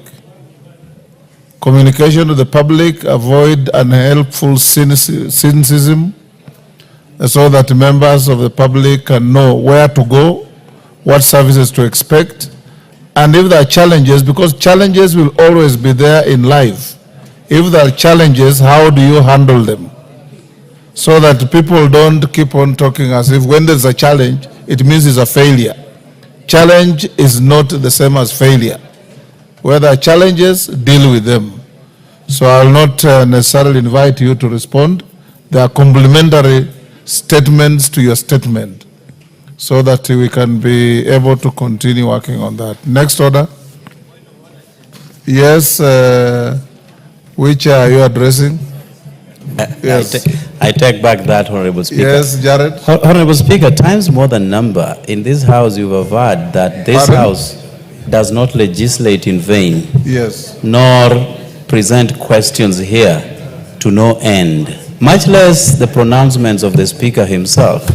Honorable Speaker, a fortnight ago, you did direct the majority leadership to avail a report that is under the custody of public service as regards appraisal on hardship allowance areas, Honorable Speaker. Honorable Speaker, you did give only 5 days for response. We are now at a fortnight and the report hasn't been availed before us. So, Honorable Speaker, during that day, whereas the majority leader, the substantive majority leader wasn't present, Honorable Bayer was directed by you to pursue that report, bring it to this House so that you can give direction as to the next course of action. Fortunately, today the substantive speaker is here present, our indomitable Honorable Kimani Chungwa, whom I believe has the requisite report to present before us, Honorable Speaker. Honorable Speaker, why I'm really pursuing this is because we have begun the budget making process. And if you will so direct that those areas that need to be gazetted should be done so, then it will have a direct connotation on our budget process, Honorable Speaker. And any inordinate delay will only put us into more jeopardy as regards this matter, because we all understand the benefits that will accrue out of your pronouncement after the report is presented before the House. I thank you, Honorable Speaker, but I think the report ought to have been here much earlier so that whatever needs to be infused into our budget should be infused, Honorable Speaker, and I thank you for the opportunity. Honorable Majority Leader, I don't know if you are listening to Jared Okello. The issue of classification of areas as hardship or non-hardship. There was supposed to be a report from OP that was to be brought. If you don't have it now, I direct that you bring it on Thursday afternoon. Do you have it now? Honorable Speaker, let me get from the chair, because I've not seen him today, get to see if we can bring it on Thursday. On Thursday. And the issue is, from what I hear from members, the random and erratic declaration of areas as hardship and others as non-hardship when they are in the same neighborhood on enjoying the same geographical topography. And Honorable Speaker, it disadvantages very many people, especially professionals like teachers. Yes. Who work in those areas. Yes. I have the same issues also in my own constituency. In fact, I was telling the chair, even in my own constituency, there is one place, one location, one sub-location within the same location. One sub-location is a hardship area. Across a road, the other side is not a hardship area. Thank you, Honorable Speaker. Thank you. Thursday afternoon, Jared, you'll be here. Next order. Order number 8, the Culture Bill, National Assembly Bill number 12 of 2024, second reading. Mover to reply. Majority Leader. Thank you, Honorable Speaker. Honorable Speaker, in reply, allow me to thank all the members. I know myself and yourself were away on Thursday afternoon, but Honorable Speaker, I was watching as this bill was being debated online. And we must thank the Parliamentary Service Commission for making it possible that even when we're out of the chamber, even on the roads, we can be able to follow what is going on in the House. And I must express my gratitude and thanks to the many members who contributed to this bill and appreciating the central role that culture plays in our society, and especially in an African society like ours, Honorable Speaker. Even with the emerging trends and changes with the transformative things happening within the technology space, that many Kenyans and indeed many members who represent those Kenyans still appreciate the central role that culture does play in the lives of our people and seek to preserve that culture, Honorable Speaker. And I thank the members who contributed and the Ministry and the State Department for Culture for having drafted this bill that seeks to, among other things, Honorable Speaker, ensure that we are able to register issues that touch on culture and alienate the roles of the two levels of government, Honorable Speaker, those issues that will be catered for by the national government and those that will be catered for by the county governments, Honorable Speaker. Honorable Speaker, more importantly, the bill provides for the management of culture in Kenya, and as I said, alienates the functions of the two levels of government between our national and county governments, and also provides for the recognition and promotion of cultural expressions and indigenous technologies by public entities, something that has not happened in the past, the protection of our cultural heritage and expressions, and the protection of endangered communities and cultures. And Honorable Speaker, it's important because I was particularly watching to see how the Ma members of Parliament, or those members of Parliament who represent the Ma communities, would contribute to this debate, and I'm glad that a number of members did contribute. Because if there is a culture that has been abused over the years, is the Ma culture, Honorable Speaker, and I can see the Honorable Languris, because I know she's been very passionate on protecting the Samburu cultural practices, Honorable Speaker. And it's not just the Ma community where you find Kimani Ichung'wah dressed up in a Moran shuka, donning the Moran hair and pretending to jump like a Moran.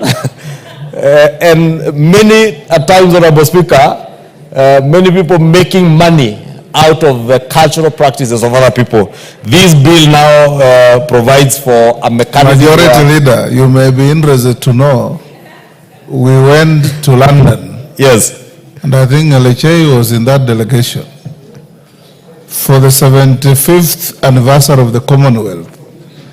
And some very stocky Nigerians were brought and introduced as Maasai dancers. To pretend to be Maasai is distorting Kenya's culture. So you should call upon our missions also to know who represents our culture out there. Precisely, Honorable Speaker, and you have narrated that story to us in another forum, I think in the House Business Committee. And it's indeed true. One of the most abused cultural practices of the Kenyan people is a Maasai culture. And it's true, Honorable Speaker, you can imagine now in London, Nigerians pretending to be Maasais. Therefore, it's important even to have these cultures and certain cultural practices registered and known who are the to make it worse, they're paid for it. Yes. For the pretense. So that when you register your cultural practices, for instance, the Ma community registering their Maasai dances and their cultural practices, if anybody used to use that cultural property, they have to pay you for it. Otherwise, Honorable Speaker, you've seen even things like the Kikoi, Honorable Speaker, that was being done largely by Kenyans and a bit of Tanzanians, Honorable Speaker. The brand and the property rights for that Kikoi is with foreigners, Honorable Speaker, today. I'm told Honorable Speaker is an American who patented the Kikoi. Yes. And even by its very name, Kikoi is a Swahili name. This is part of the losses that we've been making, Honorable Speaker. We must also protect our culture from abuse by ourselves. Politicians, Honorable Speaker.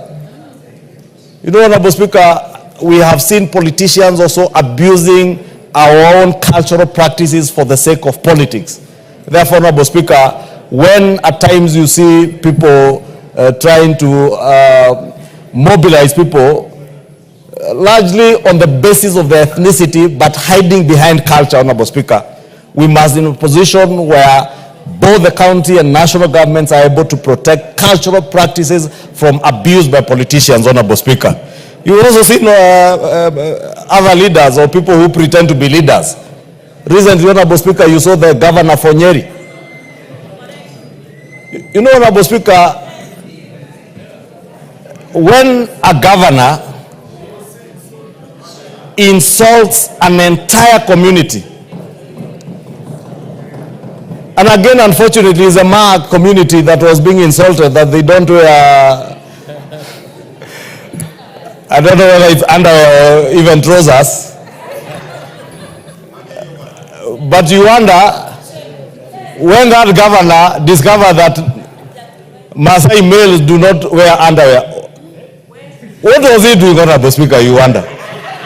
And how and when did he discover that there are people who don't wear underwear? And it's so embarrassing, Honorable Speaker, that can come from the mouth of someone who purports to be a leader. I know he has pretended to go and apologize to the Ma community, but, you know, Honorable Speaker, they say, birds of a feather flock together. You will understand why that governor for Nyeri would use such derogatory language against an entire community and a very culturally rich community of the Maasai and the greater Ma community, including the Samburus and the Rendiles, Honorable Speaker. And I want to encourage the Ma nation to continue preserving their cultural practices as they have done, and indeed all other communities in our country and in Africa at large, so that we do not allow our people and more so our young people to lose the values that we were raised up with, Honorable Speaker, because we are able to be taught our ways of life and not adopt the Western ways of life. Let us adopt the cultural, the technological changes that we will get from the West, but maintain our cultural practices, Honorable Speaker.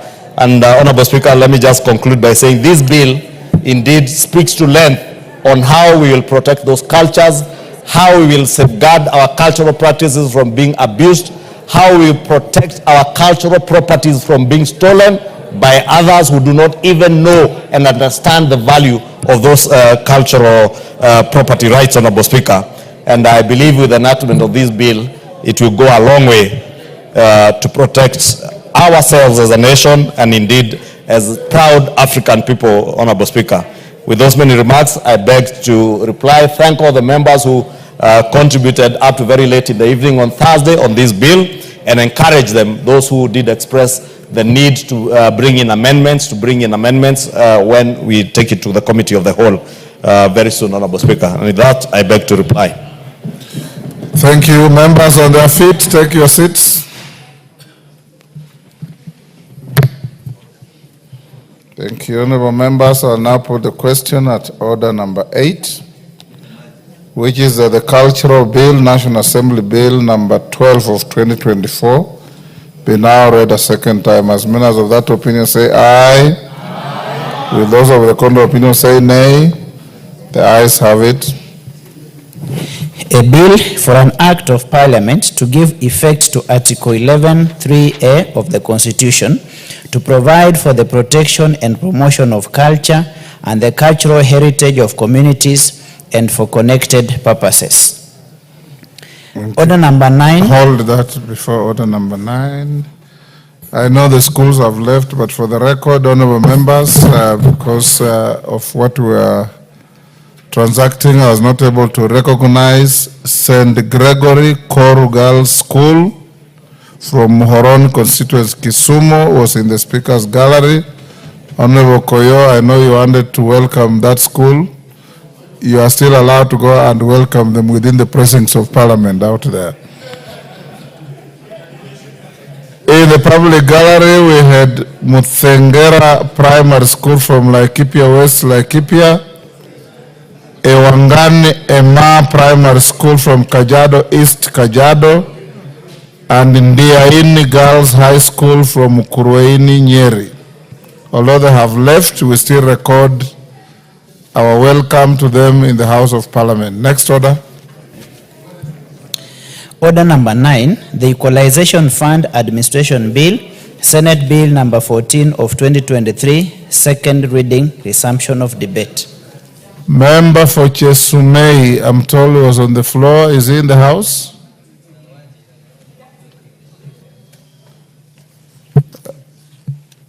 Opportunity forfeited. Samuel Atandi, are you on the screen for this? No. Kuria Kimani, are you on the screen for this? Robert Basil, you already spoke. Get yourself out of the screen. Ferdinand Wanyonyi, are you on the screen for Equalization Fund Bill? No, get yourself out. Catherine Omanyo, get yourself off the screen. You want to contribute? You're on equalization. Go ahead. Thank you, Mr. Speaker. This fund is supposed to reach every corner of the country where there is need, especially a place where it is semi-arid and arid, and places that receive floods. They deserve a lot of keenness to be supported all the time, because everybody here was born in a place. And if you were born in eastern, northeastern, northern part of Kenya, or Budalangi, or the semi-arids in Kenya, you did not apply for God to get you there. So all the places that deserve to get attention should be well funded adequately, yearly, with an intention to make that area attractive, like desert areas that we visit in Middle East. Otherwise, I don't think there's anybody who would love to be described as poor, severely poor, and always needy anywhere in this world. People have their own dignities out there, even if they lack now. If their situation or standards of living is improved, then they will also just not be waiting to be helped or be called or described as beggars.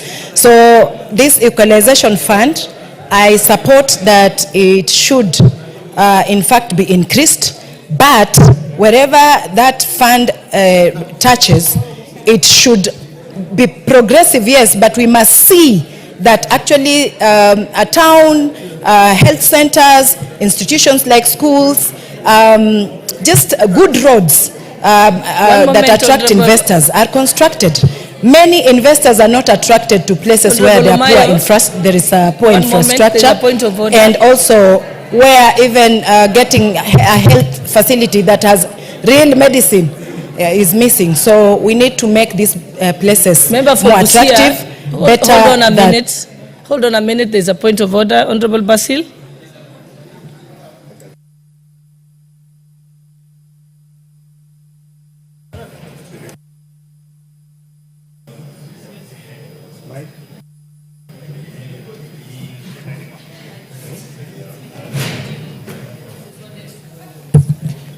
Thank you, Madam Speaker.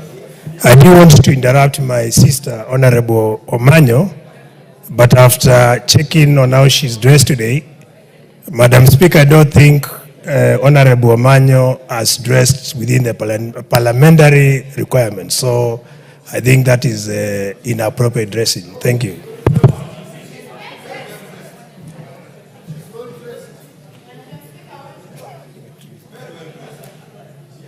Proceed, Honorable Omaya. My style of dressing is adequate. If you define properly well-dressed woman, look at me. I have a shirt that is well ironed, a windbreaker just in case of the cold, and a trouser that is good. It's fitting me. I have no problem if he wants to emulate my unique elements that are expressing my individuality. You should talk to me nicely to teach you how to dress.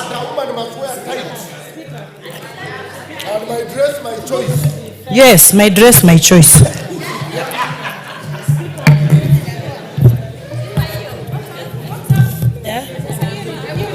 Honorable Doyan. Thank you, Madam Speaker. For Honorable Basil to say that Honorable Catherine, she's not properly dressed, he should tell us if he's used to with yellow color, so that, because we have very important things, Madam Speaker, to discuss, only to point out to a gorgeous white in color, you know, the best color that most people don't want to have in their closet. Next time, Madam Speaker, Honorable Basil should be put into task for wasting honorable members' time by bringing pettiness, opaque, null and void things before this hot air, before this hallowed house. And where a woman, Madam Speaker? What is wrong with him? She's smart. Look at Catherine. He's asking, she's out of order. Maybe he wanted to be felt by his constituents that is in parliament. He has been missing for the last 5 months. Thank you, Madam Speaker. Okay, honorable members, let us proceed. Honorable members, let us proceed. Honorable Beatrice Elachi, you are contributing to this.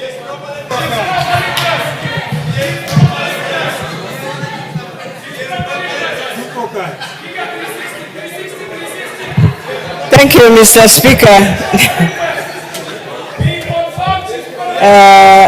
Madam Speaker. Order, honorable members, let us proceed.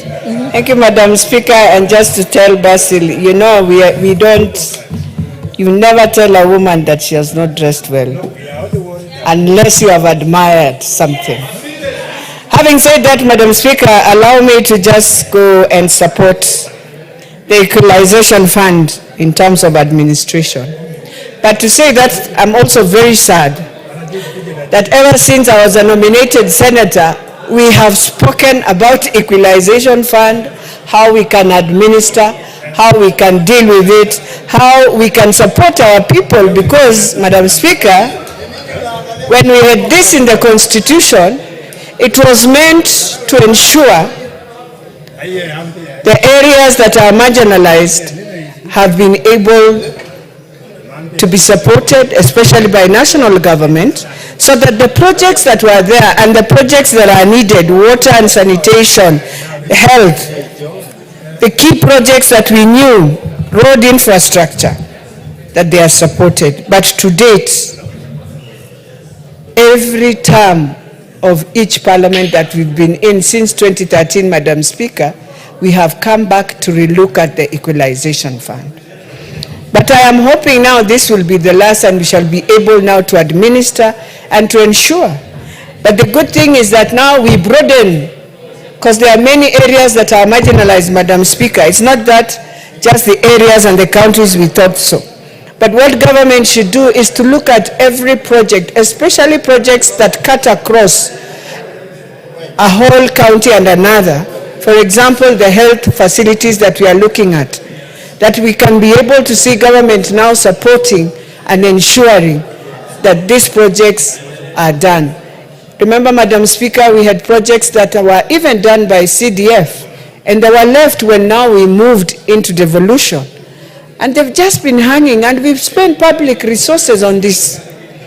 So I think it is important, even as we talk about it, Madam Speaker, and when I look at the Senate bill, the proposals they are bringing in, number one is to provide now a framework of administration and management. And the other is completion, provide for completion of projects under policies developed by the Commission on Revenue Allocation under Article 216. That means that this board that they are also proposing is a board that should come in and look at the different projects. But I'm hoping the advisory board can go beyond, not just looking, but looking across the country, where we've had projects that have used public resources, and especially that were projects of national government and were 80 to 90% in completion, should be completed so that people are able to use.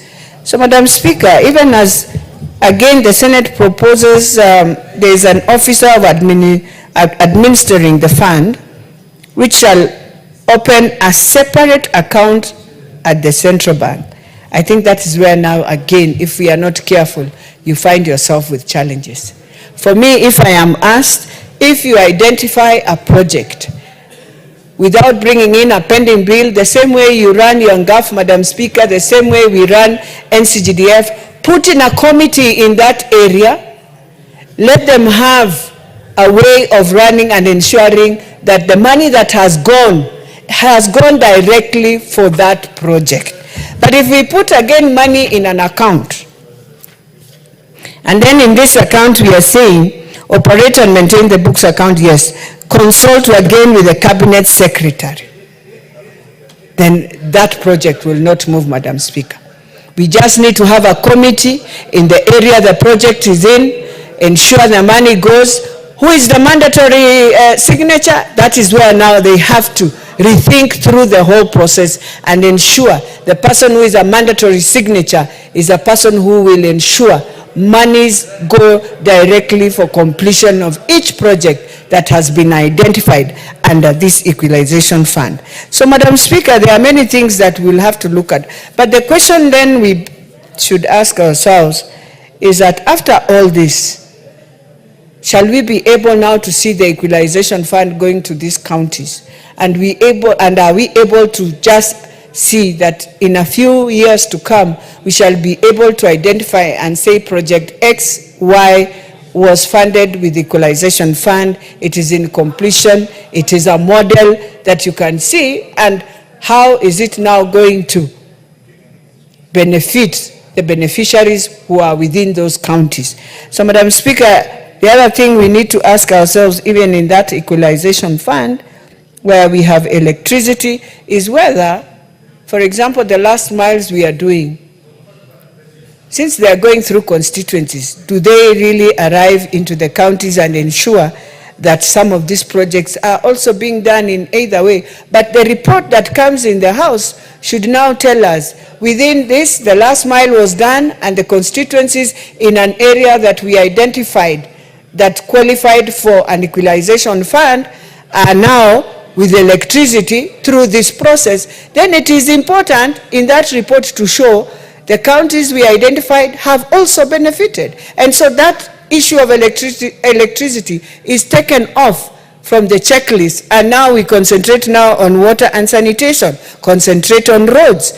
Even roads, if you identify in those counties we say are in need of equalization fund, then the purpose of having trunk roads that cut across either the counties or the constituencies, again, when we have finished and we have now ensured it's in completion, why can't we have a report coming into this parliament telling us, based on the areas we ensure that they are under the equalization fund, we have now qualified and we have ensured they have roads, they have electricity, so that even when we come to the completion that was put in the Constitution, Madam Speaker, we are able to say, under this, the counties that were marginalized, they have improved on this, and the livelihoods of their people have also improved. Madam Speaker, when you look at one thing that we need to ask also, what the Senate says, functions of the county, the technical committee. So the county technical committee shall be responsible for approving projects to be financed, which is very critical. But then they say not more than 2 public officers designated by the county executive committee member with technical expertise in the areas of the prioritized projects. And then they come and say not more than 2 public officers appointed by the cabinet secretary with technical expertise in the areas of the prioritized projects. So how I wish we had 2 from the county and 1 from the cabinet secretary, so that there is no duplication of this and this. At the county, yes, we need more. At the cabinet secretary, if he appoints 1, it will work better. And then they come and they say the chairpersons of the project identification and implementation committees with the sub-county and the secretary of the constituency development fund. It's a good technical committee, but then I will be wondering, the secretary of the constituency development fund.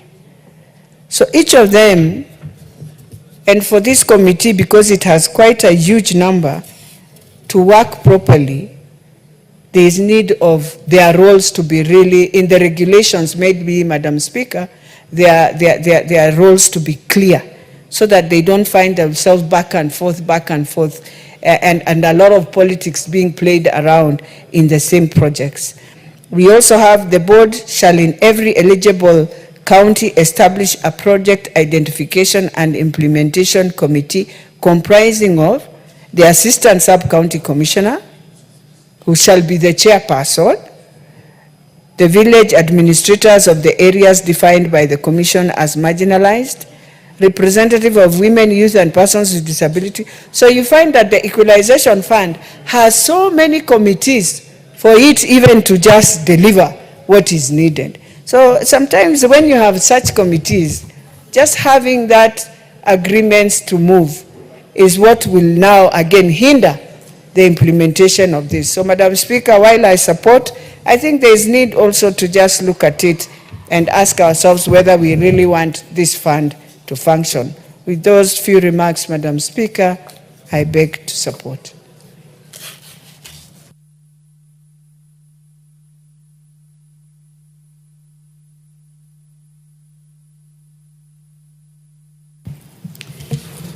Thank you very much, Madam Speaker, for the opportunity to be able to contribute to this Equalization Fund and Administration Bill, Senate Bill number 14 of 2023. I want to say that this bill was passed by Senate about a year and a half ago, precisely 16 months ago, and it was awaiting for this House to be able to be debated and considered so that it can be enacted and passed into law. This fund was established by Article 204 of Constitution in 2010 and provided 1.5 of the audited national government fund as the fund to be used for the equalization purposes. This fund is a fund that was an equalizer, as the name is written, equalization. And this was supposed to address the areas that were marginalized by historical, let's say, injustice that were there before, and they were not being considered, and therefore they were marginalized. Some areas did not have even hospitals. Some areas did not have even little facilities like health centers. But this was an equalizer that water can be available and the roads can be available to those areas. And so the purpose was very good purpose, because for the country to be able to be governed equally, so that everybody feels that I belong to this country. When I was growing up, or sometimes back, I used to hear that some people used to say, when you go to Kenya, greet them. Meaning, they did not see any development that was being done as the other parts of the country. So they were saying, when you reach Kenya, just greet them and they say we are still around. I don't want to mention the areas, but we used to hear that in our area. So those are the areas that needed to be developed so that they can catch up with the others. And I am sure we have seen a lot of developments in some of the marginalized areas, and the things have turned to be better because of this fund. The only undoing of this fund is the exchequer's delays, whereby the exchequer delays until another cycle of budgeting is realized. But the beauty of it is that the money does not go back to the exchequer. It does not go to treasury. It is retained the way NGCDF is retained. Once the NGCDF money is sent to the board, it does not go back. And this was crafted to be the same, to be administered the same. I must say that in my constituency, 23-24, we were given equalization fund of 13.5 million. And an hospital and a borehole in different places were earmarked for installations and implementation. And even up to now, the fund has never been sent to the count to be able to be channeled to my constituency. So there is a lot of delays whereby an amendment needs to be done so that this money, because it is mainly for some marginalized areas, like my constituency is the only constituency in Machakos County which receives equalization fund, can benefit from it. But the money has never come up to now. And even this year, the money has already been put again. But the 23-24 has never been wired to our area.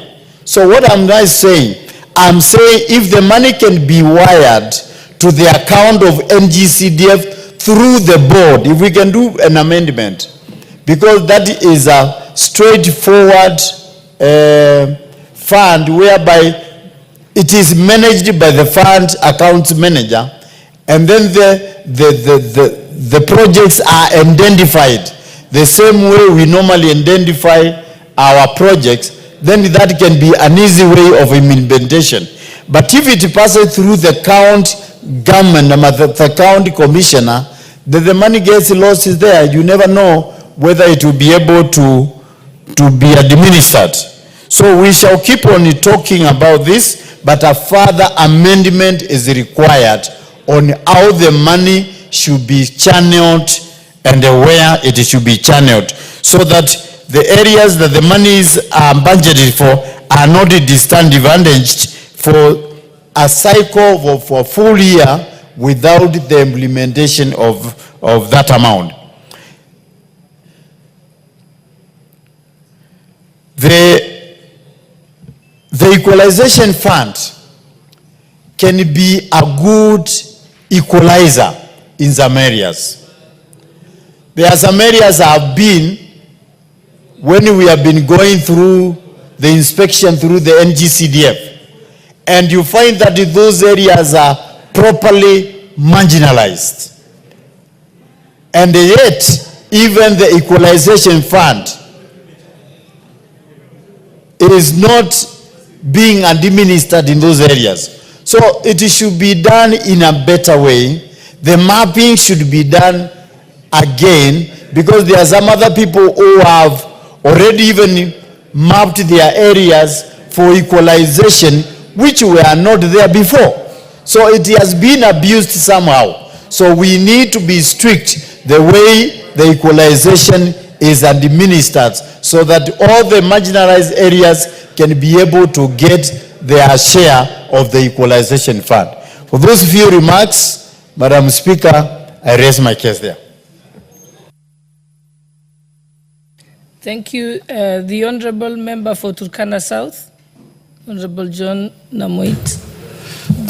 Thank you, Madam Speaker, for giving me this opportunity to give my voice on the matter of Equalization Fund. Madam Speaker, the intention of Equalization Fund as per the Article 204 of the Constitution is to ensure that the marginalized areas, these are the areas that were marginalized by Sessional Paper number 10 of 1965. This paper, because the intention of this paper is to reduce poverty, ignorance, and diseases in this country. Secondly, it was to promote political equity, social justice, and human dignity, to promote equal opportunities, to enhance high growing income per capita. Madam Speaker, if you look at that particular paper, it removed all the resources, or it concentrated all the resources to productive areas of this country, leaving some areas of this country marginalized. And that's why the Constitution of Kenya 2010 brought in the issues of county governments, brought the matter of equalization to equalize these areas. And again, in addition to that, poverty was first reduced, or decentralization of funds was first realized when NGCDF was introduced in this country. That to say that the government has introduced a policy of bringing some areas of this country equal to these other parts of the country. Madam Speaker, I want to identify some gray areas in this equalization fund, and that's why this fund is in this House and it was in the Senate. First of all, the structure of governance of the equalization fund. Madam Speaker, if you look at the Constitution of Kenya, Article 204, it purely states from Article 2 to Article 4, 204, 2 to 4. It spells out very clear that this is the mandate of national government. But it goes further by saying that the government can provide services, these basic services, either directly or indirectly to these marginalized areas. Madam Speaker, I want to state categorically, I want to be categorical that this is purely the function of national government that is delegated to county governments. Madam Speaker, if you look at public participation of this fund, initially it is the board which does public participation of this fund. But when the new structures, the four-tier structure of this equalization fund, that is the advisory board, equalization advisory board, county technical committee, sub-county technical committee, and project identification and implementation committee. These structures are pure. You cannot know which tier will undertake public participation. I want to state very clearly that I wish the fund will undertake public participation through the sub-county technical committee. Secondly, Madam Speaker, the funds for public participation are not remitted to the right committee, because the administration of the fund is undertaken by the advisory board. So I request, when we prepare the regulation for this fund, we must make sure that the administration must go downwards to all the level of the three other structures. Madam Speaker, as a committee, we saw it is appropriate for us as oversight institution not to be included in nominating members of these boards. So we saw it wise, the Senate, because if you look at the previous law, it had given authority, the Senate, to nominate a member to the board. But for the current proposal, we are saying that the oversight board should not have any nominating power to the committee. Madam Speaker, there is bureaucracy. In the current state of Equalization Fund, we have seen bureaucracy. And to make this fund very efficient, we need to reduce bureaucracy. What the committee has done has reduced the 4-tier structure of Equalization Fund to tier structure, right from the advisory board to county technical committee and finally to the sub-county technical committee.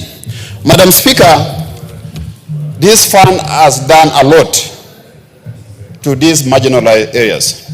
For my constituency, we've done more than 30 projects under equalization for the FY 2023-2024. But Madam Speaker, again, the delay in exchequer releases of this fund. Up to now, the FY 2024-2025, no projects have been identified. And this is where the community that is marginalized in this country has not realized the value of this fund, Madam Speaker. Madam Speaker, again, if you look at the functions, the intention of this particular equalization fund, the first intention of this equalization fund, as I said earlier, is to make sure these marginalized areas, as I said, that sessional paper 10 of 1965 made some areas to be marginalized. That was the intention, to address that particular sessional paper. But unfortunately, this House, the leadership of this country, has mutilated the intention of this fund.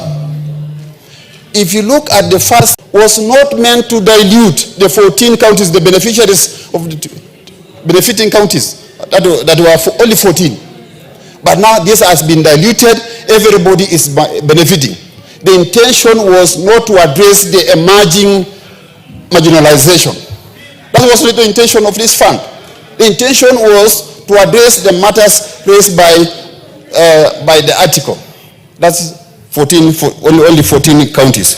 Madam Speaker, I urge this House, when this fund comes to an end, as envisaged in that Article 2046, I urge this Honorable House to assess the impact of this particular fund to see whether it has really addressed that kind of marginalization.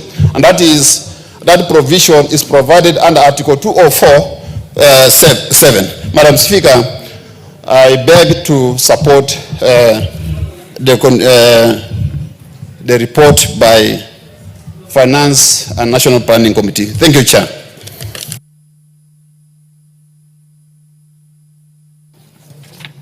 Thank you very much. Honorable Victor Quech.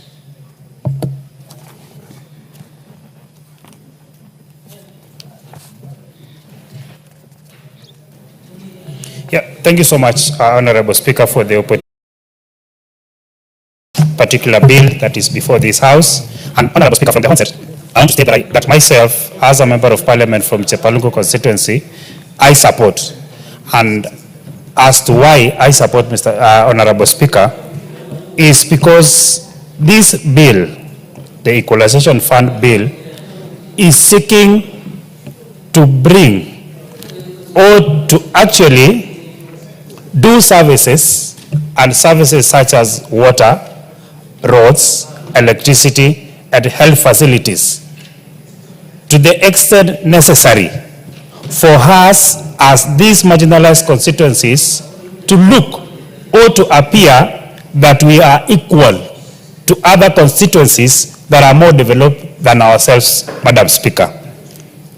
Madam Speaker, this particular bill, equalization bill, has delayed because, Madam Speaker, the project were identified long time ago, and people have been asking us, members of parliament, on where this particular fund went to.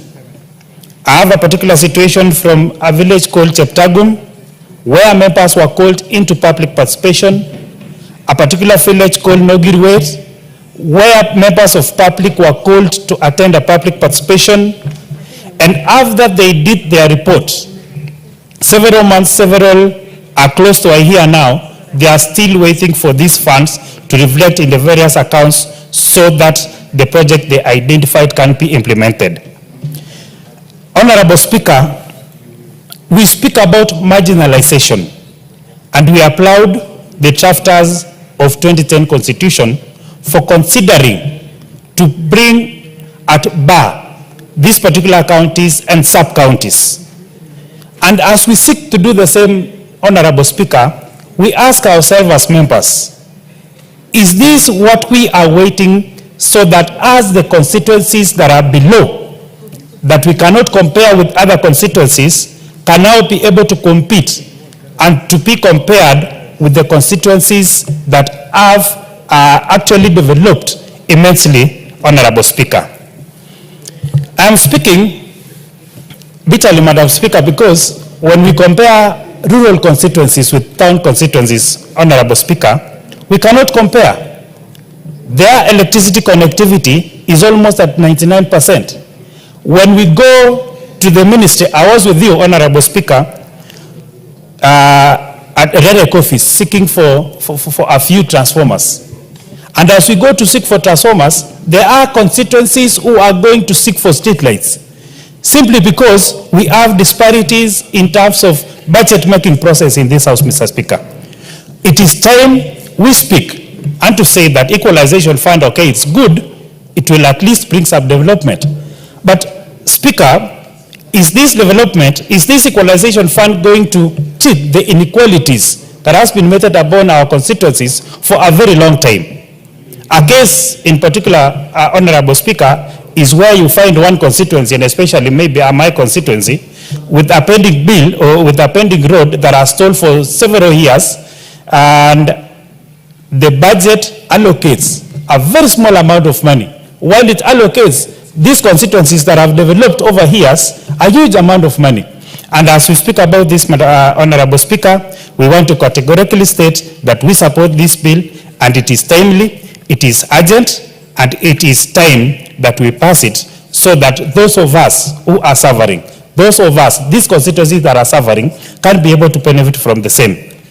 But my sentiments on the issues that are touching on our constituencies will always remain the same. How I wish the 2010 Constitution, the drafters, would have gone ahead to even speak about the budget-making process in this House, Madam Speaker. Because if we continue sitting and if we continue treating the things that we see normally, this world is not going to treat us in a normal way, Honorable Speaker. I speak on budget, and I have to speak about it as many times as possible. Because if we can't speak about it, no one will speak on behalf of our constituencies. Honorable Speaker, I support this bill, and when the time comes, we will speak about issues that touches on our constituencies, and especially what is it that we have. How I wish 2010 Constitution was able to address, I wish it was able to address the way we make our budget, how we prioritize the project, how we then balance those constituencies that are still below vis-a-vis the constituencies that are way above the others. How I wish the Constitution would have been able to handle such variance, Honorable Speaker.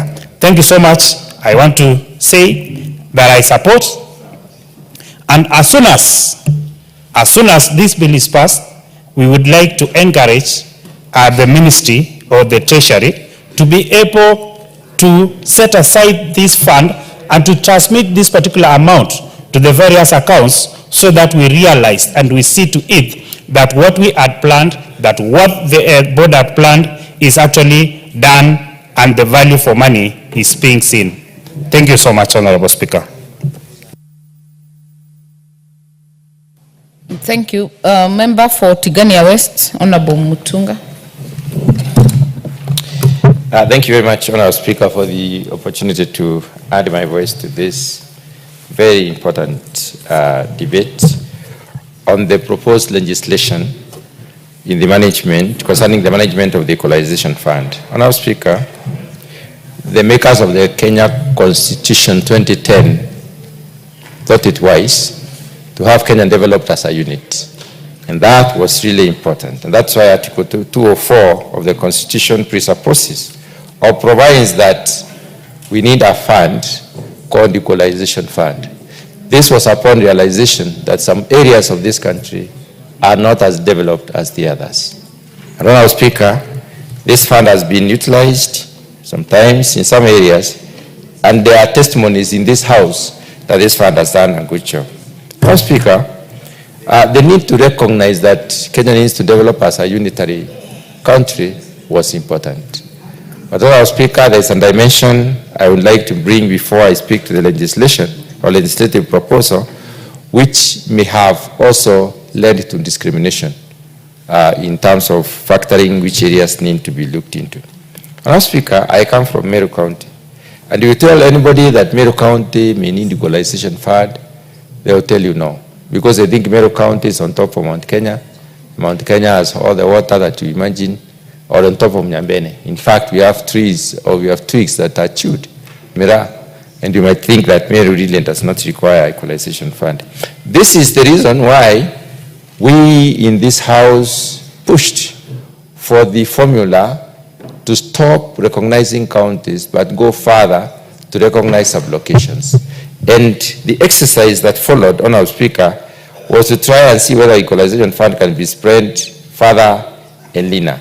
My constituency is called Tigania West, and Tigania West borders Isiolo County. And for all practical and theoretical purposes, Tigania West is ASAL to a large extent.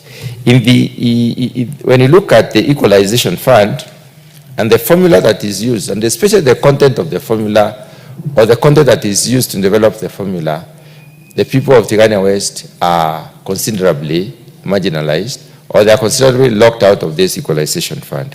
One of the parameters that they look at, Honorable Speaker, is proximity to a school.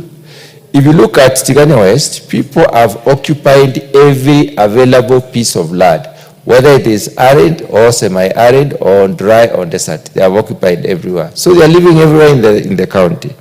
Now, if people from Isiolo can get Equalization Fund, and people from Tigania West cannot get Equalization Fund, then there is a problem. Because then our problem is lack of land. That's what we could say, because we have occupied all parts of the countryside. The idea is that in some areas, you realize there are vast tracts of land that are not occupied. And therefore, when people pass through those areas, or people who live in those areas, they hiccup living from such areas, then the parameters used, for instance, proximity to a school, proximity to health facilities, proximity to watering point, motorability of the roads, and so on and so forth, then they qualify. But you cannot have a people living in all parts of our countryside and without a school, because they need to educate their children. But then, I'll speak, what you need to look at is, what is the nature of the school? How improved is that particular school? I have schools which are really in pathetic situation, despite trying to bring them up. And CDF alone is not enough. And the effort that is being put through by the Ministry of Education is also not enough. So Equalization Fund is important in some of these areas. When we proposed that these areas be looked into, and a team was sent from headquarters to go and reassess, they used the same formula, and therefore the exclusionism. So we were again excluded from being factored as part of those sub-counties or other sub-locations that require Equalization Fund. Equalization Fund is important because if you look at Meru County, for instance, most of the parts could be developed. But if you look at Tigania West, maybe parts of the other ASAL, sub-counties are not developed. And there is a serious problem. But what I've said is that you cannot have a people living in an area without water, so they have to try anyway to get some water. They may be accessing water because they are living there. They are not just grazing and moving around. They're living there. They occupy because they are farmers. They are not, and then we can call such watering points. So we need to dig deeper into checking whether really we do not need to reconsider areas for purposes of equalization. Right now, what we are trying to do, if you look at some of those areas, they can really cultivate a crop because rainwater is not enough, or rainfall is not enough to bring a crop to maturity. People living in some of those areas, like I have the lower Kenjai, and then the other one around most of it, okay, as part of Akili, 3 wards that have been terribly, that are really marginalized, and therefore you have a serious problem. So we need to revisit the formula and ask ourselves whether having makeshift health facilities is good enough. Having some watering point which is not even clean water is good enough. Being unable to, living in an area and probably having a school which is not up to the standard is good enough. They don't need to be excluded. Honourable Speaker, the other issue that I would like to bring into consideration, and many members have spoken to this, is the management of the fund itself. And the legislation, the proposed legislation comes in to try and moderate the management of the funds themselves in view of identification of the projects that are supposed to be done in an area. In terms of prioritization of these projects, identification has to do with public participation. In most cases, you realize that the public participation that is conducted sometimes lacks credence in the sense that it's not exhaustive and is not overly inclusive. When it comes to prioritization, we need to ask the people themselves exactly what do they need. Then there are other issues that also come in, initiation of the projects, vis-a-vis the availability of the money. In some cases, we realize that exchequer releases have been an issue to a certain extent in this country. And members have actually complained that the Equalization Fund is not working because of the projects that have already been initiated are not progressed at the expected rate. They take quite a while before they can be progressed to maturity and also to closure. So we need to, this legislation, the legislative proposal is needed so that you can be able to moderate, especially the committees that have got to sort out issues of identification, prioritization, initiation, project implementation, and also the monitoring and evaluation of some of these projects. The management aspect of the fund itself is an issue that needs to be revisited. On the other hand, Honourable Speaker, the amount itself is 1.5% of the budget. And when you look at the vastness of this country, 80% of Kenya is ASA. We need to revisit the issues. Or do we want to maintain people doing business in a way that they may never be able to be fully sustainable? What I'm trying to talk about, Honourable Speaker, is that we have more or less maintained the kind of animal that we've been having since we became habitants of this country. What I'm trying to say is that we've not really considerably improved the animals. Especially when you look at the northern ridgelands, which include part of where I come from, the Isiolos, the Samburu, the Trukai, the Marsabit and so on, and also northeastern. Those animals have not changed. They have not been impacted upon by the genetic, pool of the country. Animals in the southern ridgelands could have changed, but on the northern ridgelands have not changed. So we need intensification so that we will be able to bring AI services to the people. Because we need to think about, AI services for people to use. The idea is, can we avail this water so that we may be able to now make sure that these animals are found in centralized places, and then you can be able to improve on the quality of the animal. The most important thing is the turnover. It's not really following the animals forever. And it's actually the having an animal that will get to market weight at a good age. You don't have to keep an animal for 10 years for it to get to market. It needs to be kept for maybe a maximum of 3 years. We have countries in this world which are developing countries like ours, which are doing 18 months to get a 500 kilos of an animal, live weight. We should be able to do that because we are properly endowed scientifically and we have what it takes. We have our own Kenya Kenya Animal Genetic Research Center, which is quite equipped. And this can help us to get our animals where we want. So equalization is important, even as we look at the lifestyle and we look at the utilization. Thank you. Time is up. Honorable Samuel Moroto. Thank you very much, Madam Speaker. for also giving me this opportunity. Where I come from, sometimes back during colonial time, it was a closed district. And that's why the Kapenguria 6 were taken to that place. Because nobody could come from this area to that place because it was closed totally. Then after independence, this other issue, sessional paper number 10, 1965 came in. Up to 2010 is when we saw the light at the end of the tunnel. Madam Speaker, like I've also said, during that closed time, when West Pokot was a closed district, we got all the missionaries who came through Uganda, not even Kenya.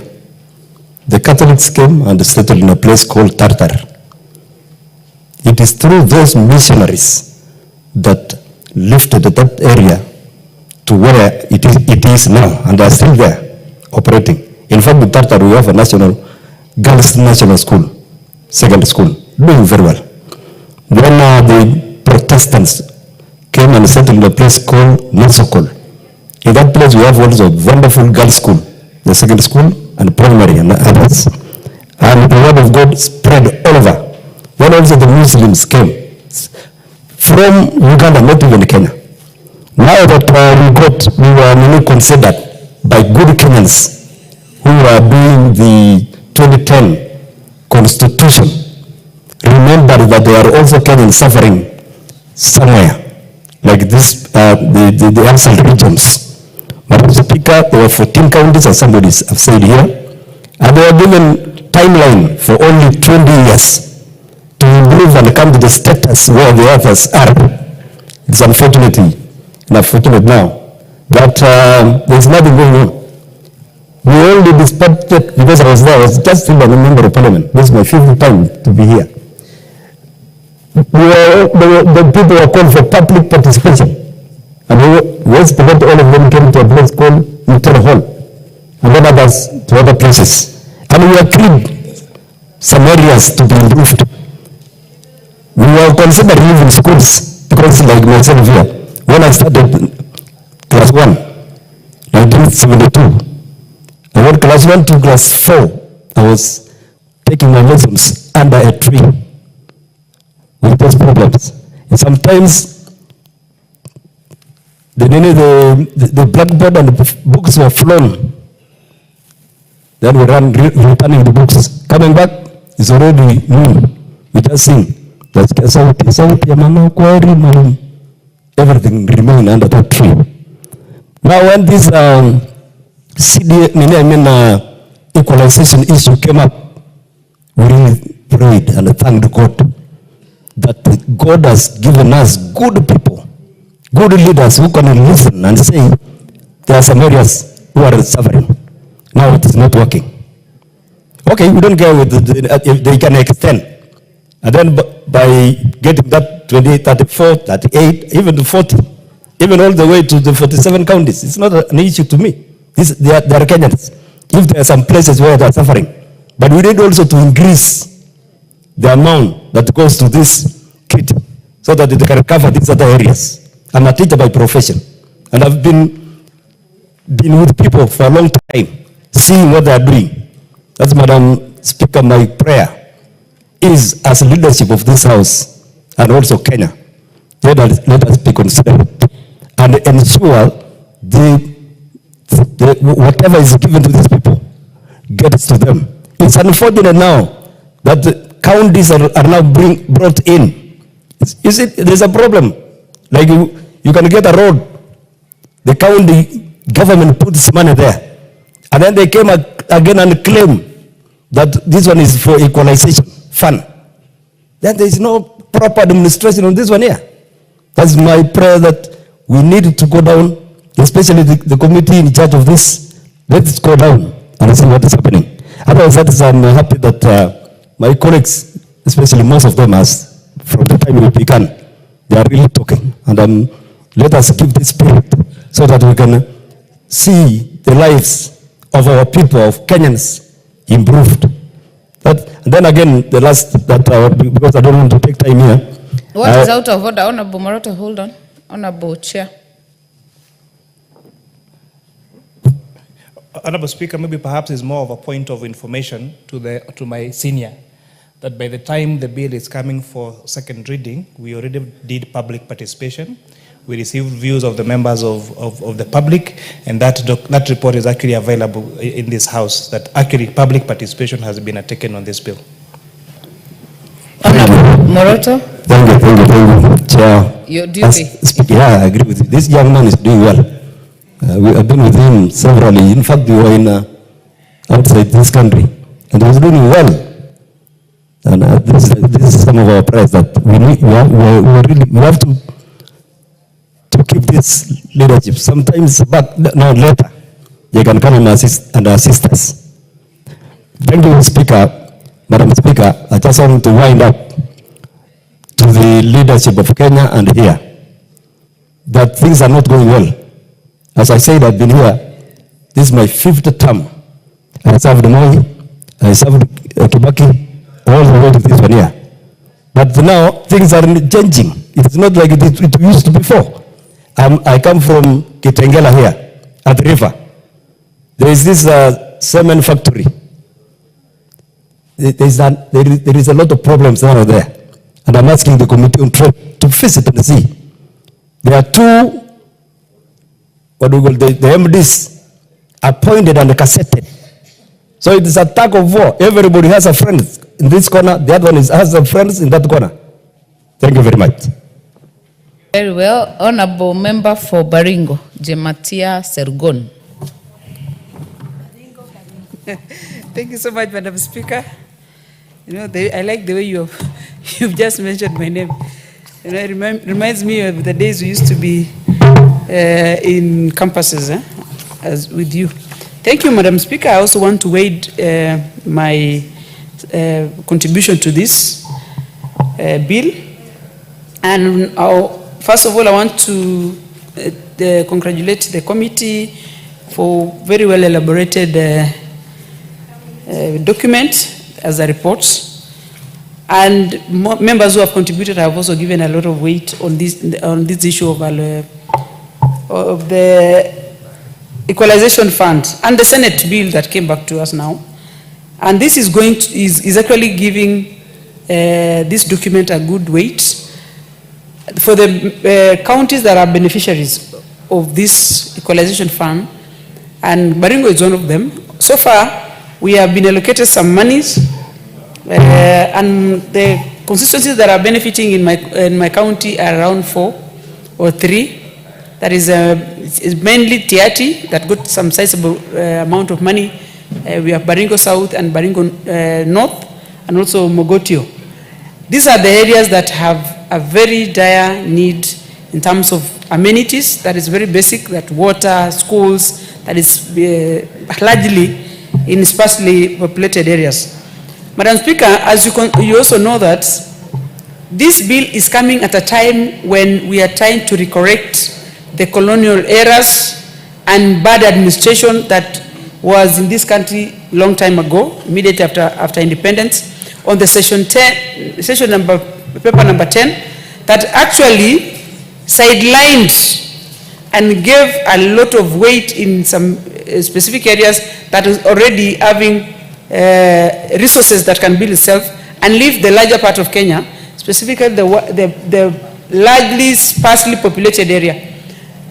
Now that we are here, and I want to say what Honorable Moroto said, that leaders of today and going forward are going to be so keen in making sure that the utilities and the money that has been allocated to these areas must be well utilized. And again, as the committee has put it very well, they have given us the board, the people who are going to be sitting and distributing these monies, all the way from the counties. The Senate is also involved, and the constituency level. These are people who are going to determine the projects that is going to be being implemented using this Equalization Fund. Madam Speaker, I also want to say, during the framing of the Constitution or enacting this Constitution, the Equalization Fund had a timeline And Article 204 of the Constitution says that the allocation of the money, this money was given a sunset of around 20 years. And this is, if I quote Section 6, and that says this article lapses 20 years after the effective date, subject to Clause 7, which Clause 7 says that Parliament may enact legislation suspending the effects of this clause for further fixed period of years subject to the Clause 8, which again means that legislation under this 7 should be supported by at least members of the Parliament and the Senate at the county.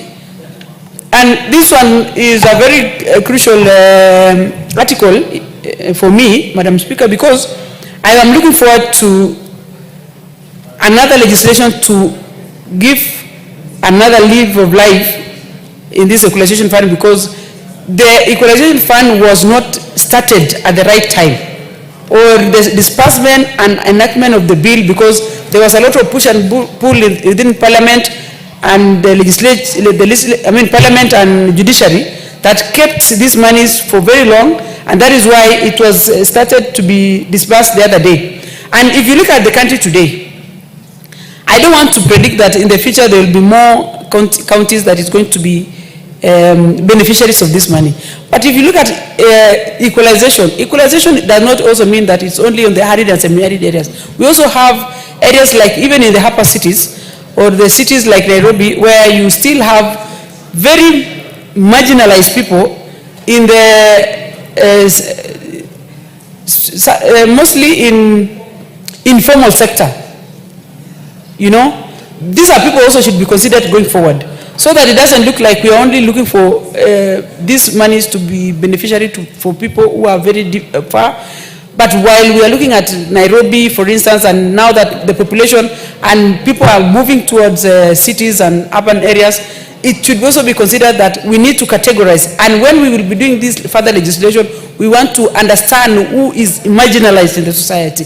It does not only mean that when you don't have water, that you are marginalized. You can have water, but you are marginalized in many other areas. We also have to look at where, in the amenities that we build, whether we will strictly build schools that are able to take care of children or people with living disability, and these could be considered as equalization, so that the society is able to be equal in many ways. Otherwise, Madam Speaker, because most of our members have also contributed much, I want to say I am going to be very keen as we enact this bill going forward. Thank you, Madam Speaker. Thank you. Member for Njoro, Honorable Kathambi.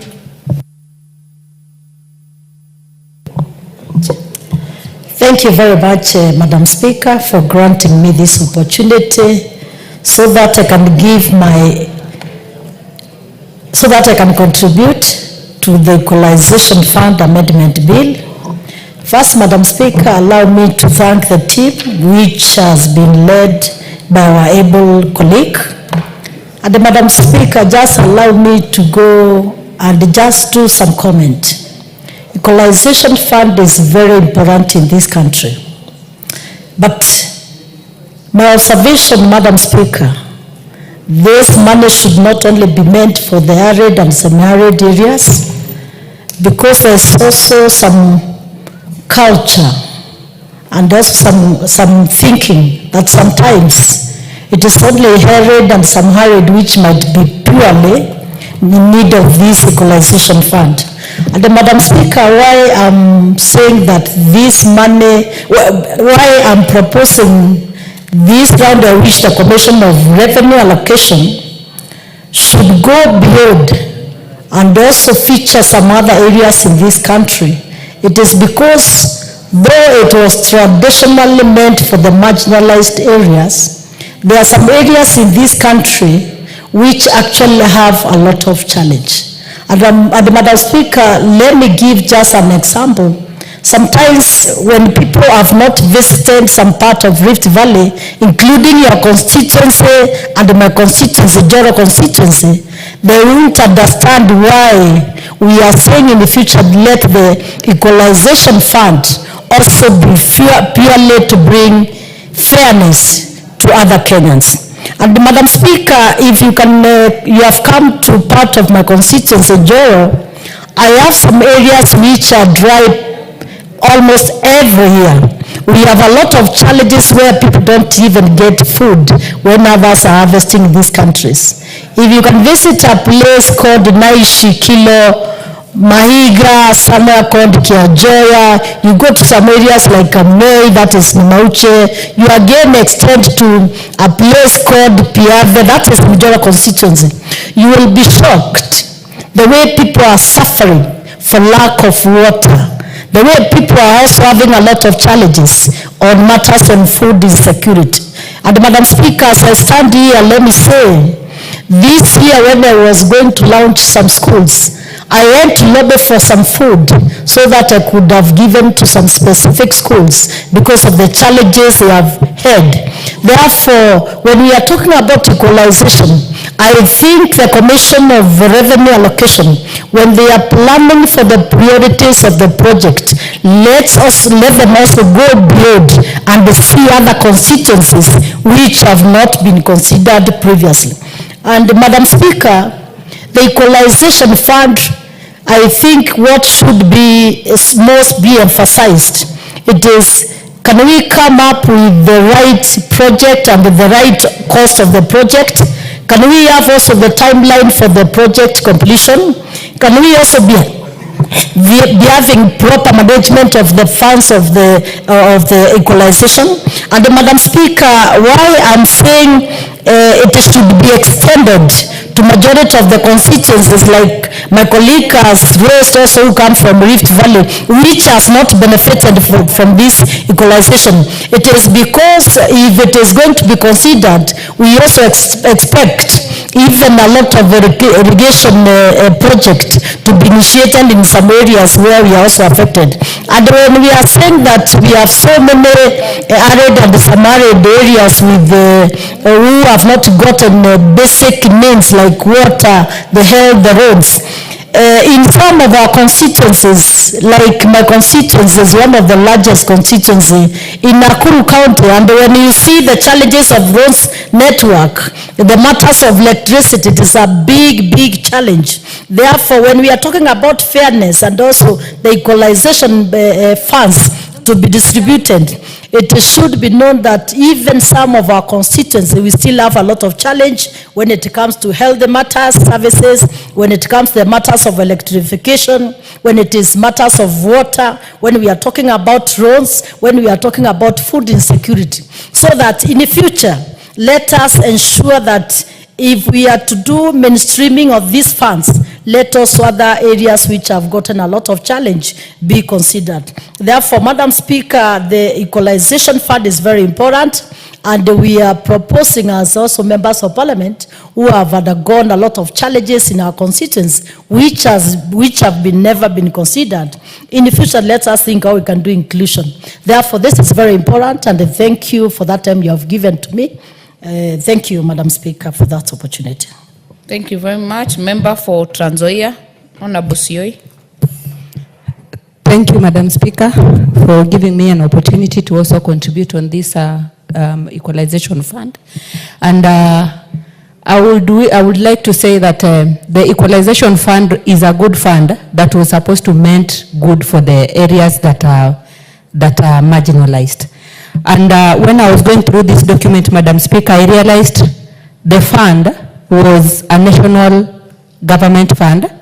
And because there are some areas that are not marginalized as per se, but the levels of poverty are too high, it is important that we consider such areas. But again, when I go through the document, I realized the fund is being disbursed to the county government. I have a feeling, Madam Speaker, that this fund could be given to the members of parliament, because these are the people who are closer to the people. The constituency belongs to the members of parliament, and they will be able to know which part needs what and which part needs to be done for what. So, Madam Speaker, I want to support this report, and as my colleagues have said, it is important that this fund equalizes equalizes all the constituency, all the wards, and any other area that is a little bit lower than the other, so that we come to the levels all together to ensure that Kenyans get the services that other Kenyans are also getting the service. Thank you so much, Madam Speaker. Honorable Umi, member for Mandera.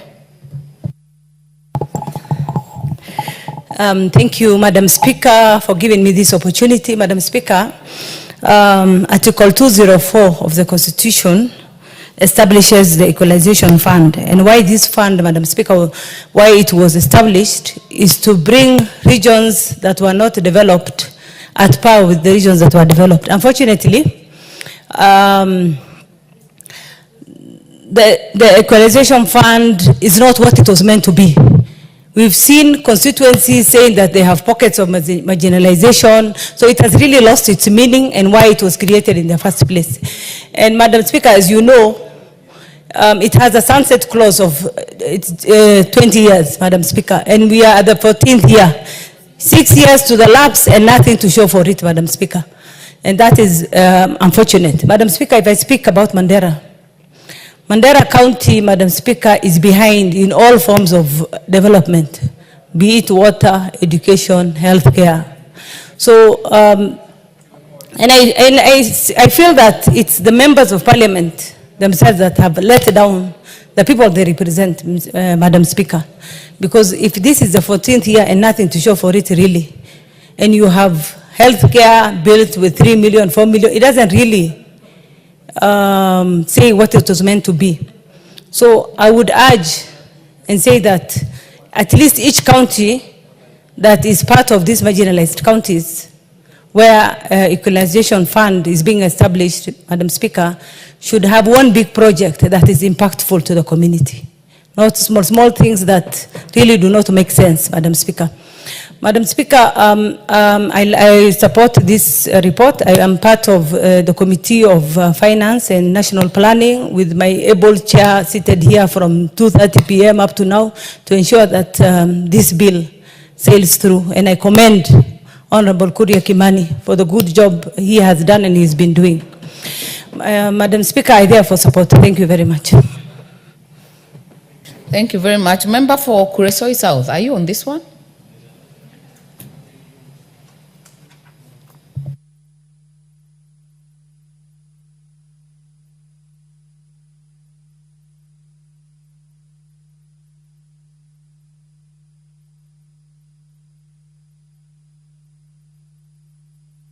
Honorable Tonui, hold on. Before you, Honorable Mudhoni, are you on this? Because Honorable Tonui, you've already spoken on this matter. You are on record.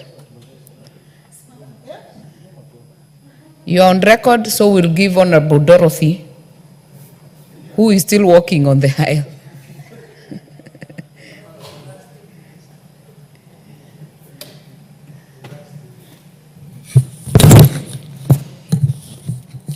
Thank you, Madam Speaker.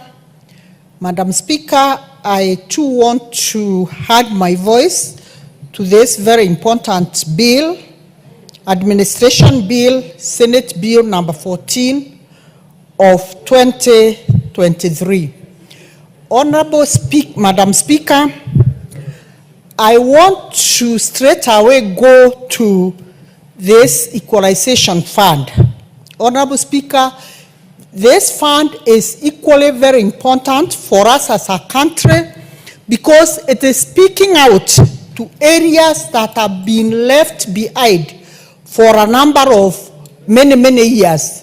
Areas that have suffered historical injustices in terms of roads, schools, hospitals, water, name it, all the necessary amenities which would make life more comfortable for the people living in those areas.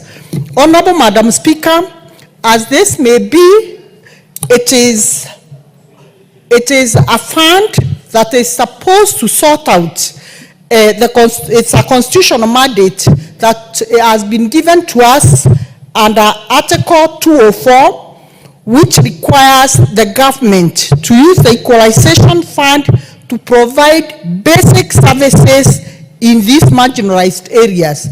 Honorable Madam Speaker, it's very, very disheartening to note that in the 21st century, there are areas where loans have not been opened up. There are no access loans. You'd be shocked, Madam Speaker, that some areas, even when somebody passes on, people in that particular area, they are tasked to carrying the coffin on their shoulders so that the body can be taken to its final resting place. Honorable Madam Speaker, we have areas, mentioned areas in this country where we have women giving birth by the roadside because, Madam Speaker, the nearest health center is kilometers away from where they reside. Madam Speaker, we have areas where children don't know what electricity looks like.